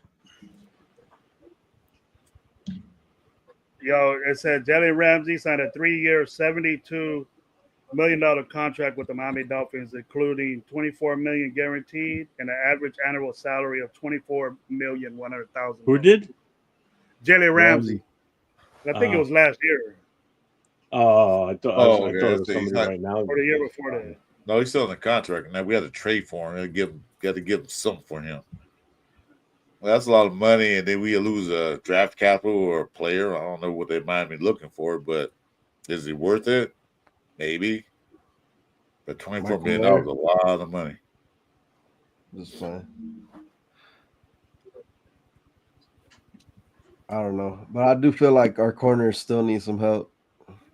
We'll see. We have no experience on the corner. As long as our defensive line can get the pressure on quarterbacks and all that stuff, it should be all right.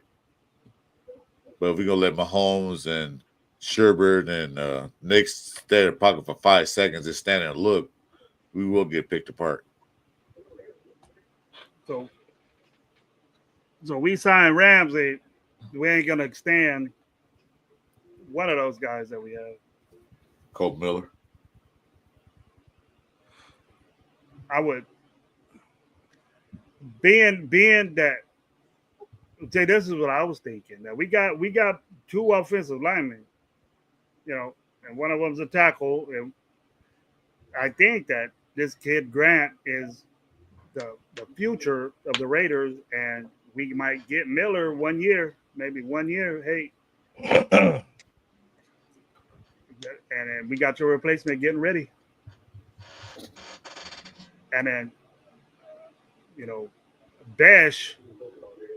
If Trey Tucker pans out, could be Jacoby long term, 1 year contract extension. Yeah, those guys are getting older. Are getting older. How old is Jacoby Myers anyway? I love Jacoby Myers. He's a great asset for a football team. Yeah, but I don't think we're going to push the ball to him as much as we did last year. We had to throw him the ball. We had no choice because we didn't have a running game. We had a little bit of a running game. He probably wouldn't have got 1,000 yards. No, but yeah, I think that's fact. I hate to say this. I don't think Brock Bowers probably would have got 1,000 yards. I'm about to say the same thing. Brock Bowers got that many catches neither, but we had no choice. Only offense. We forced the ball to those guys. We had to. We had to force the ball to those guys. So he's 28. He's 29. Yeah. What we got, and we get our offensive line straightened out. Game 1, I would expect them to get 1,000 yards now. You know what I mean? And it'll be legit. I'm not forcing them to ball. They just be catching it. My offense is moving. That's great. The running games will just open up them better. That's what we got to do. And push the ball down the field a little better and get in that red zone and actually have options when we get in the red zone. Yeah, options. We don't always have to throw. Or bottom three in red zone for the last couple of years. Yeah, 3 years, 4 years now. Y'all remember that Bucks game? Was it that Bucks game where we were in the red zone for like 7 downs? Couldn't do shit. Got 3 points. Got 6 points, bro. How many times does that happen, bro? Yeah.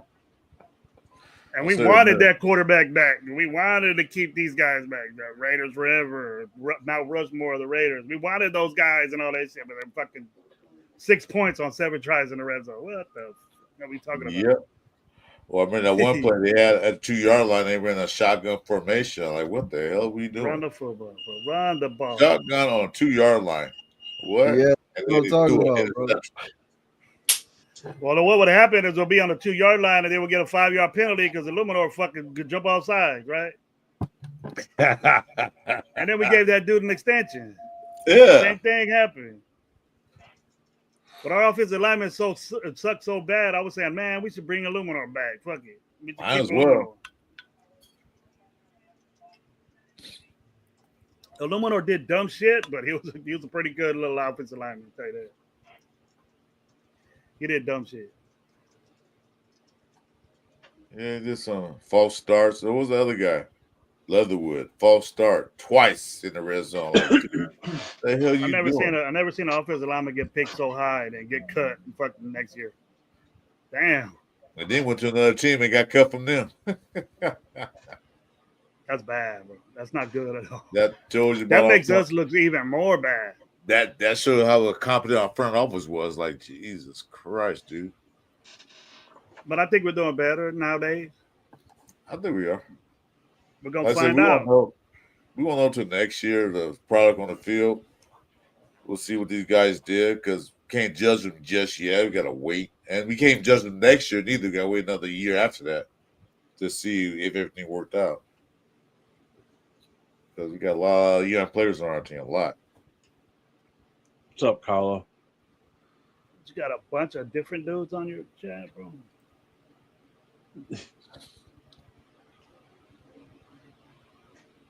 That one even showing, bro. That's good. Just show Carlo. We wear our gear 24/7. Yeah, man, they're giving us all this Every day of attention. the They're week. giving us all this attention. I love it. You know what I mean? Yeah. It's awesome. I don't They're mind. giving all the Raiders all this attention. Yeah, let it go, man. Thanks for the That's view. Tell them. Thanks for the view, bro. Because their team don't have good content Both of creators you. like we Both of do. you. They don't have good content creators like we got. They Their feel real con- tough when they say shit like that. They feel real tough. Yeah, and every year they fail.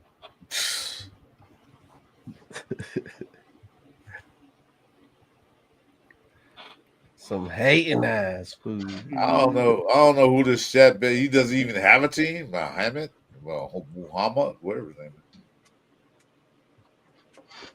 is. At least That's the other one can fucking type. At least the other one can type. He speaks Spanish. He don't even know how to write in Spanish. Yeah, Superpowers, get on him, Piano Man. Who's your team? At least Piano Man has a team. He like the Chargers, so we know about Piano Man or Superpowers now. Who's your team? Talking about that Matt? Oh, that's the same dude. He changed his name. He got blocked from everybody. They changed his name. Got to get another. He's been That's good why I was lately. like 18 burner accounts. Does he? He got to do that. All right, Jeff, go ahead. I don't know who's young he's on, but you got to be blocked. Told you, come in that word, you got to go.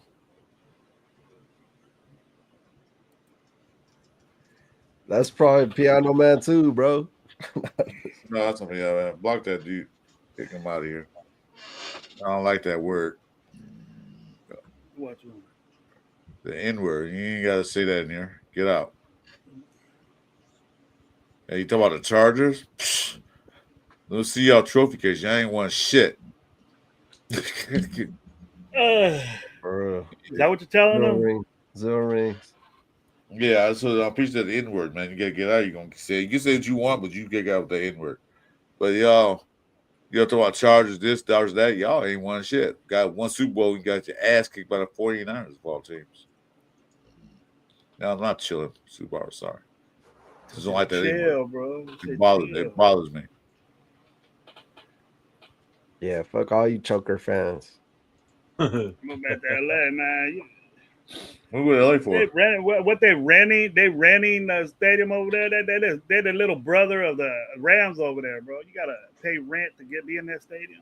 Yeah, they gotta pay rent. They charge little bitches. I mean, the Rams little bitches. Stay in your corner. That shitty ass hot stadium. Bro, that shit was shitty. Even the lake is kind of shitty, day bro. of my life. Nah, I love LA though. Fuck y'all being in my city. Ain't nothing wrong with LA. They need to send them back to San Diego with all them little gay boys over there. San Diego kicked them out. I think the Marines over there could probably put a better football team than what you guys got out there. Bro. Shit, they couldn't sell a fucking game in San Diego, so that's why I moved to LA. Like going to that stadium, bro. I used to like going to San Diego. Jack Murphy's nice. It's because I was. David looks like that. I look like that. Thank you. Very successful show. I like that. Yeah, there you go. Like a lost member of Duck Dynasty. That was a compliment, dude. Like that. Shit. Oh, Super, you're cool. We ain't talk about you, man. We not like the Bolts. You've been good lately, so cool. Dixon roasting for me, bro. Roasting. I feel embarrassed. I bet you don't go to that game. I bet you don't step foot in that shit. Hey, I'm gonna be at the home opener. Come find me. We'll see what's up. Ooh. Crazy, you look like an honest mechanic. Which one? Wow. No, you're talking about food, probably. Don't talk about Big J, man. You saying I look like? Yeah, what does Jay look like, man? He's a big dude. Jay's a big dude. Don't not mess with that. He looks like a broke down South Sider. Oh hell no! All the Raider fans talking about these fools in your chat, man. My chat got him. His ass. I'm gonna just say that. I can't even pronounce your name, bro. Get a little nickname or something, bad. Esmo or something. It's Sherbet. It's Sherbet Mohammed. It's Sherbert. It's Sherbert. Shabit. Yeah, It's we'll call him Sherbert. Sherbert. It's Sabit. It's Sabit Mohammed. Oh, I thought it was gets his ass beat. That too. I like Sherbert LA better. guy. He's a Yeah, US Chris yeah. Patagonia. Who's this guy again? Pronounce Not it bad. right. Who is this guy? It's Sherbert. pick on these guys. What's up, my guy, Rorschach? They want attention. Yeah, Yeah, because I the know who Sharks the guy get is. people Nobody. Now they're talking about each other. Uh, Cider saying that. I don't say his whole name. I figured that out. I figured that out from the long run. I said his name once. I said, wait a minute.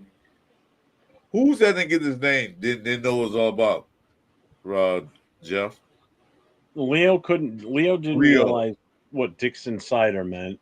Yeah, okay. It was Leo. It took 8:05 until like about 2 weeks ago to realize what it meant.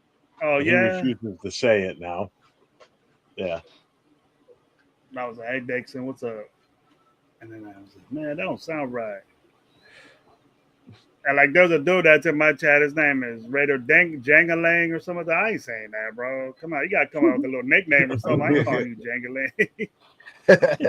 You ever been in your chat? He asks a lot of questions. He's got good takes. But his name's Raider Jangalang. Ain't gonna happen, bro. I'm not on my show. Sorry, bro. Bro, y'all never. It's an actual drink company though. Y'all never seen the commercial Which What? one?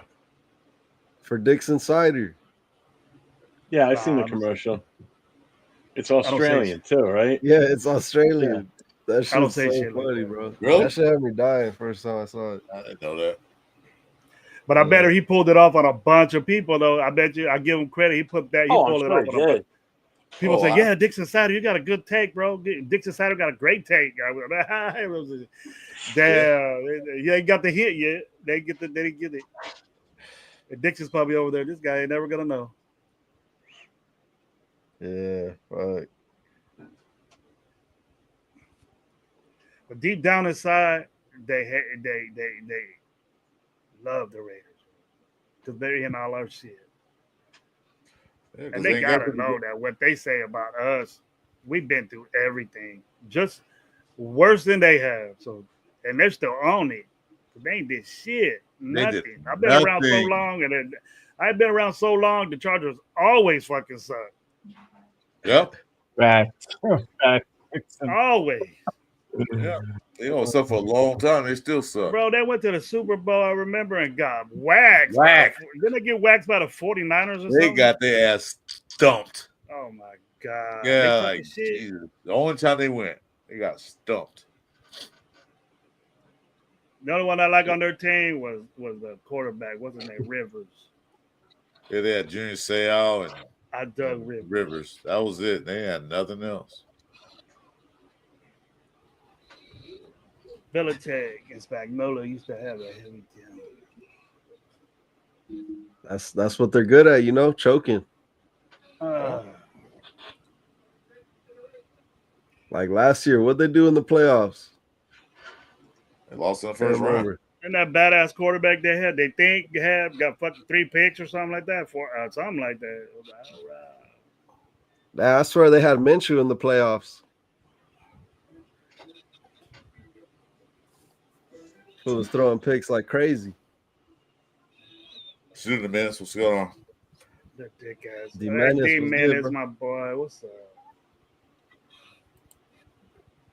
I They still got remember they bitch played ass Jackson. fans, That bro. Their Jaguars. fans are bitch. They just let a whole team just dominate their whole parking lot, bro. I Take over remember- their shit, bro. We go over there where they park, where the Chargers park at. We take that shit over.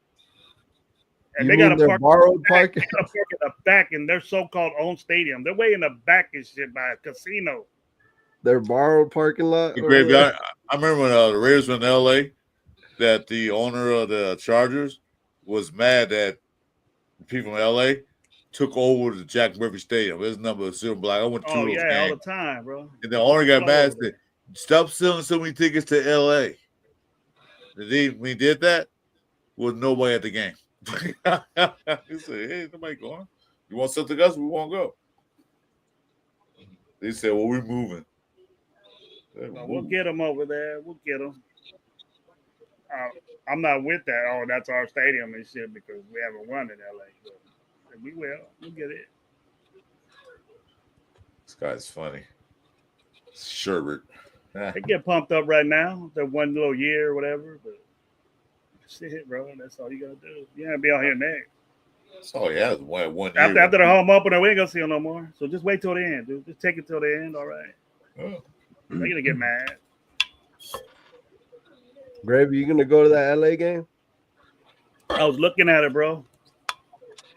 But like I said, my moving around, I gotta listen to people, Chris. I'm stubborn, bro. You know, I gotta listen to doctors and surgeons and shit, bro. They mean well for me, you know what I mean? But yeah, you know, the thing is that I don't want to really get deep, but my immune system is low for life, bro. Up downhill. My immune system is super low, and if I'm around a bunch of people, you know what I mean, I could catch something, and then it's way worse for me than it would be for normal people. So one of the things they tell me is that you can't be around, especially like right now or then. It takes years to recover from that, bro. How long it takes? 6 years? Yeah, no, don't play with that either, bro. Yeah, really a good 3, 4. It matters up to you. It's up to you how you take care of yourself, Chris. And I do it, bro. I'm disciplined with it, but sometimes I get to if I feel good, I get to my old ways a little bit, and doing that would jeopardize it a little, and it's just worse for me. So I'm not holding back on things. They say live your life and do, but you got to be careful. What you do. Yeah, no, I was just saying because I heard Lorenzo was gonna do one of those LA takeovers the day before or something like that. I was trying to see if I could possibly in Vegas or in LA. No, in LA. In LA, yeah. Well, that's a game that I highlighted to go to.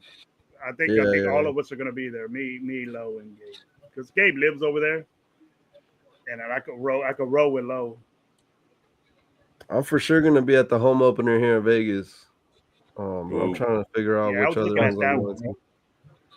That's the one I thought you were talking about in Vegas. But I'm going to that one, but I'm trying to see if I'm gonna go out. I don't know.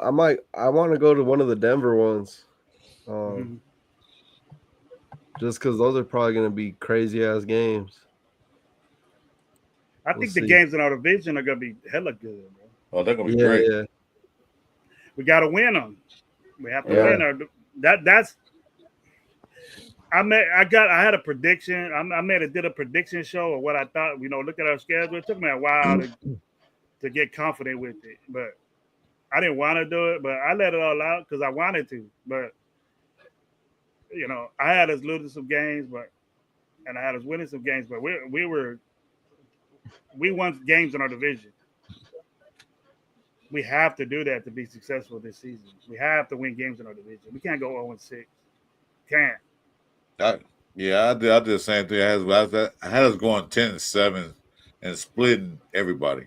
We split all. That'll be good. That'll be a good season right there. We split the division. Yeah, that's what I had us going. I did my look at it. And Jeff, I think, had 11-6. He did it twice, right, Jeff?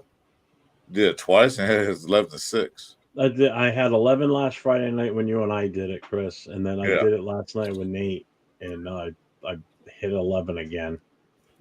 I tried getting less.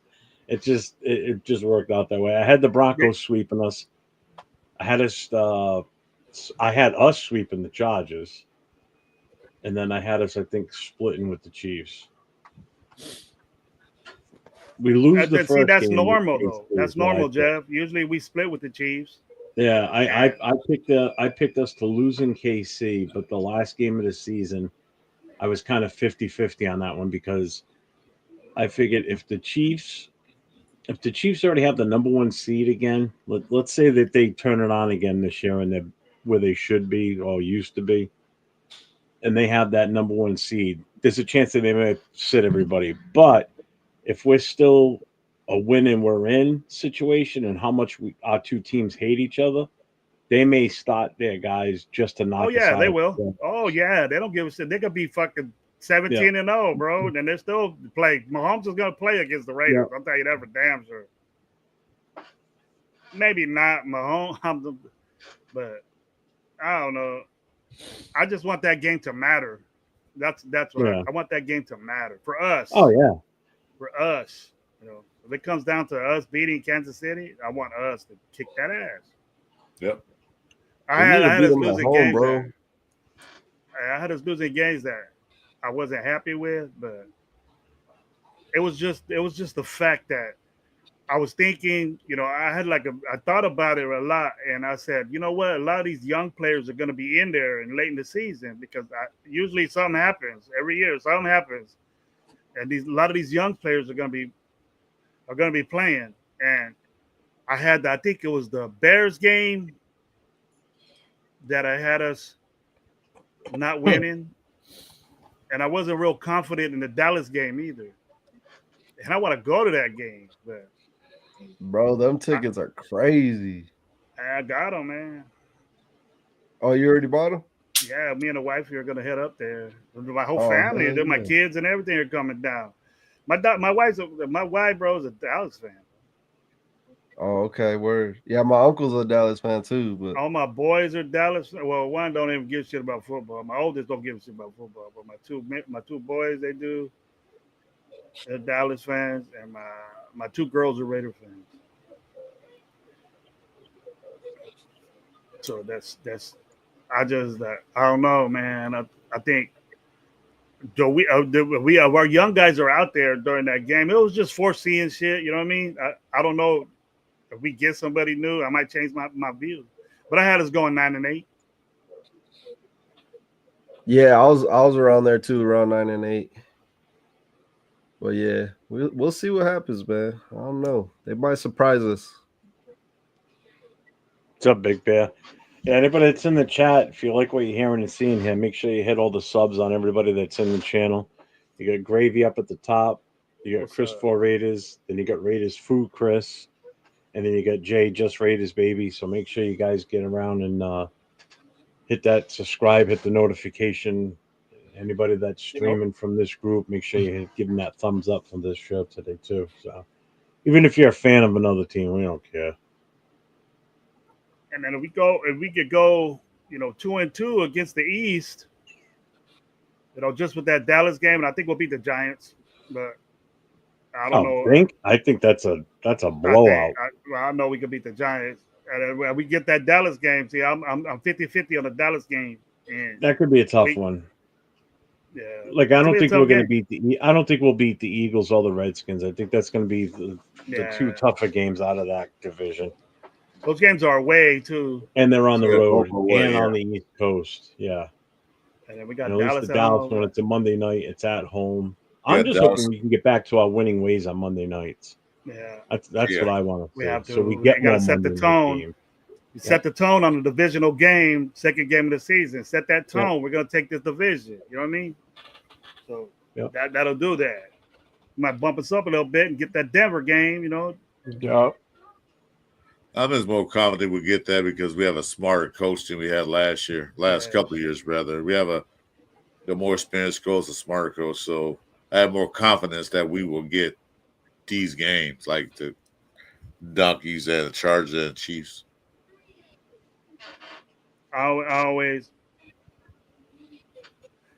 We're way, way better coaching staff. We're not going to lose games because of coaching. Yeah. And we did that last year. Yes, definitely. We did that last year. I don't know if everybody knows it, but we did. Oh yeah, you can see it. You can see Antonio Pierce on the sideline looking like deers in a headlight, like he know what to do, like do a call timeout or not, or throw a flag or not. He didn't know what to do. And it wasn't really timeouts or that, bro. It was decision. It was just, to me, game planning and stuff. He's involved in that. You have to be, and it just didn't look right, man. And I don't know. I know the players didn't give up on him. They were playing tough. They played. You can't keep your job losing 10 games in a row or going 0-6 in the division, and people still wanted this guy to give him another chance. I go, nah, man, they gonna have. I was with the dude. I was with him. I was with him in the 4 games that he was intern. But what happened to that guy? Yeah. What happened to him? I hate to talk about him now, but peace up to him. Hope he does well. But the motivation was there, and then when the season started, what happened? The general manager come in here and punked you and got you He said, "Nah, we ain't getting Joe. We ain't moving up to get this guy. We ain't gonna do that."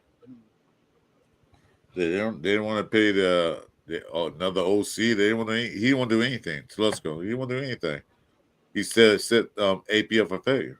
Basically, I think, because that wasn't his coach that he hired. He wanted. He hired. AP was there before Telesco got there. And that's not good. That's not good always. Right? Unless you got a coach like Pete Carroll, then you can get a general manager because you have to get along with Pete Carroll. You have to. If you got a resume like Pete Carroll, it doesn't matter who your general manager is because he knows. You know what I mean? And I think it was perfect. They went in at the same time. That's the way. You know, it's only logical that you do that, or you get the general manager first and let him pick his coach. You know, but they came in together, and that's good.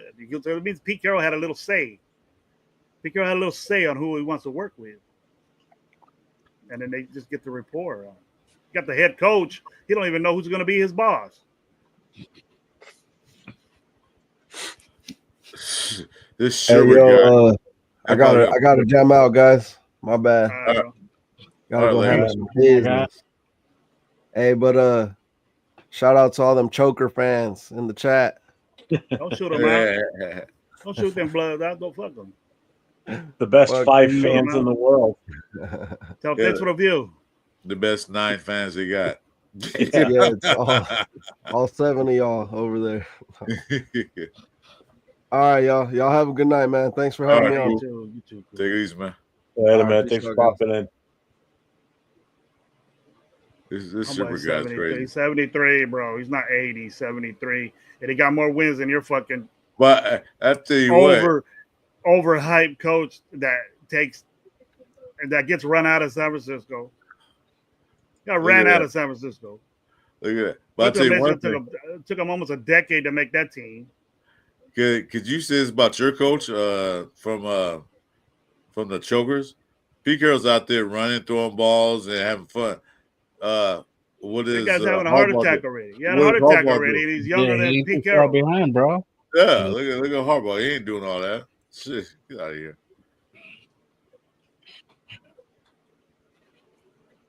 And Frank Webb said, "Dueling pianos."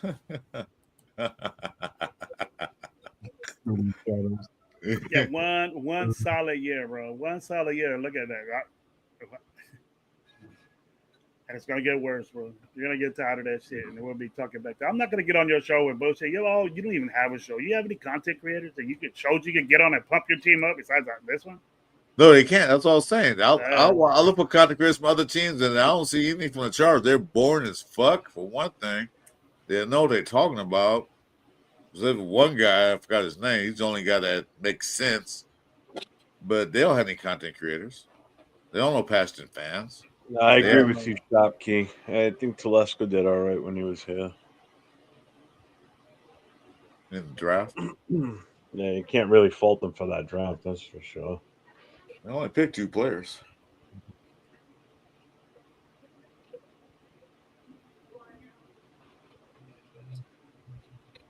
Oh, they forget about that 63 points we did, huh? They gave up on that coach. What about that coach? Oh, Staley. What happened to him, bro? He kept him, 5 years? They didn't do shit with him, and now they got one little got your ass blown in the playoffs. Are you happy with that? Oh. That's cool. And we was just like that, but our team didn't give up on us. We didn't get beat 63 points. That didn't happen to the Raiders. Our players wanted to be there. We both haven't won shit in 2000. Oh, yeah, that's true. But you got supposed to have that golden child, Herbert. Well, I said it right, Sherbert.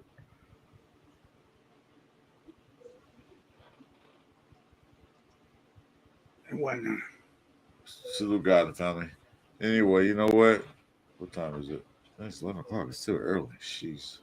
What's the matter? I don't see what time it is. I'm so hungry. I ate, but I'm still hungry. Wait, can you? It's 2 o'clock for me in the morning. 2 o'clock for you. Yeah, I'm like, why am I still hungry? I know I ate. I'll probably go eat again.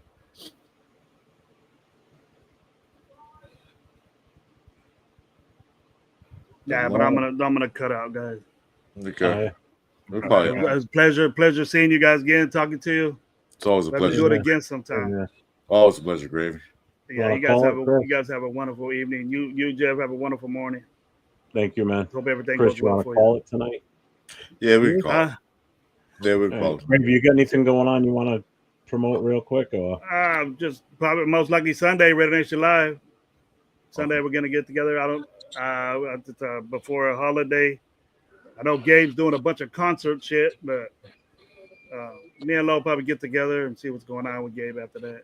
Might be hungover or something like that. He's going to Kendrick Lamar in L.A. So, Oh, that's right. He is. He told me that. he Yeah. won those tickets. He won some tickets on Kendrick Lamar. So. Yeah, I forgot he told me that. Chilling over there. I don't think we'll see Gabe Sunday, but he'll probably stagger in sometime. He stagger in, something like that. All late. But I'll talk to Lo and see if we gotta have something going on. But that's about it, man. All right. You guys have a wonderful evening. I'll see you guys later. All right, great. Thanks, man. My guy. Jay, what you got going on tomorrow? Tomorrow we got Good Morning Raiders as usual with my guy, the Raider Rundown, and we have a special guest. My guy Nate, LV Raider 10 will be in the building, chopping it up with us. We're gonna talk some good Raider football. Finally catch this dude not doing anything major on a Saturday, bro. So he got a Saturday free and sold. Snatched him up, bro. So he's gonna be live and direct with us in less than 12 hours. So it's gonna be good. Yep, gonna be good. So make sure you guys tap in, hit that notifications if you haven't done so already, and make sure you guys tap in for Good Morning Raiders tomorrow morning with your boy Jay Raider and the Raider Rundown. Sweet. And Chris, tomorrow night, we're not going to do an actual last call podcast tomorrow night. We're going to do it, but we're not going to do a history lesson tomorrow night. We're going to open it up tomorrow night. We're going to do a Saturday night special. Seeing as though it's the holiday weekend and everything, we'll get back to a normal programming on Saturday nights next week. But tomorrow night, we're going to do a pull-up show, kind of like what we did tonight, where it's open to anybody and everybody. So, yeah. And I think tomorrow, Chris, I think you and I ought to get online and stream some gaming. What do you think? Yeah, that sounds good to me. Tomorrow afternoon? Yeah, that sounds good. We'll do that. I'm not doing anything anymore. I got no plans. I got nothing going on this weekend. After I watch these guys. My son-in-law are up in Maine, so. Yeah, we can do that tomorrow. Might have a visit for my grandson, maybe. I'm still trying to get that damn Bismarck, man. That damn thing costs too much money. You have to use real war money to get that damn shit. Like, oh, whatever. Only other thing you got coming up definite is you'll catch myself and Jay Raider below me here, along with LV Raider 10 and Cheeto Linus. You'll catch us on Wednesday night on the Raider Connection. Then Thursday night, it's myself and Nate, LV Raider 10 on the Raiders Coast to Coast. That's the only definite stuff other than next Friday. So I don't want to go that far in advance. And doing Sunday, me and Red Nation Jason got a show at 10 a.m. Sunday Pacific time, 10 a.m. Pacific time. We might have a special guest. I don't know who exactly. He told me we have a special guest that day, so stay tuned. We'll post it. So make sure you subscribe to me and Rare Nation Jason, and we'll let you know. All right.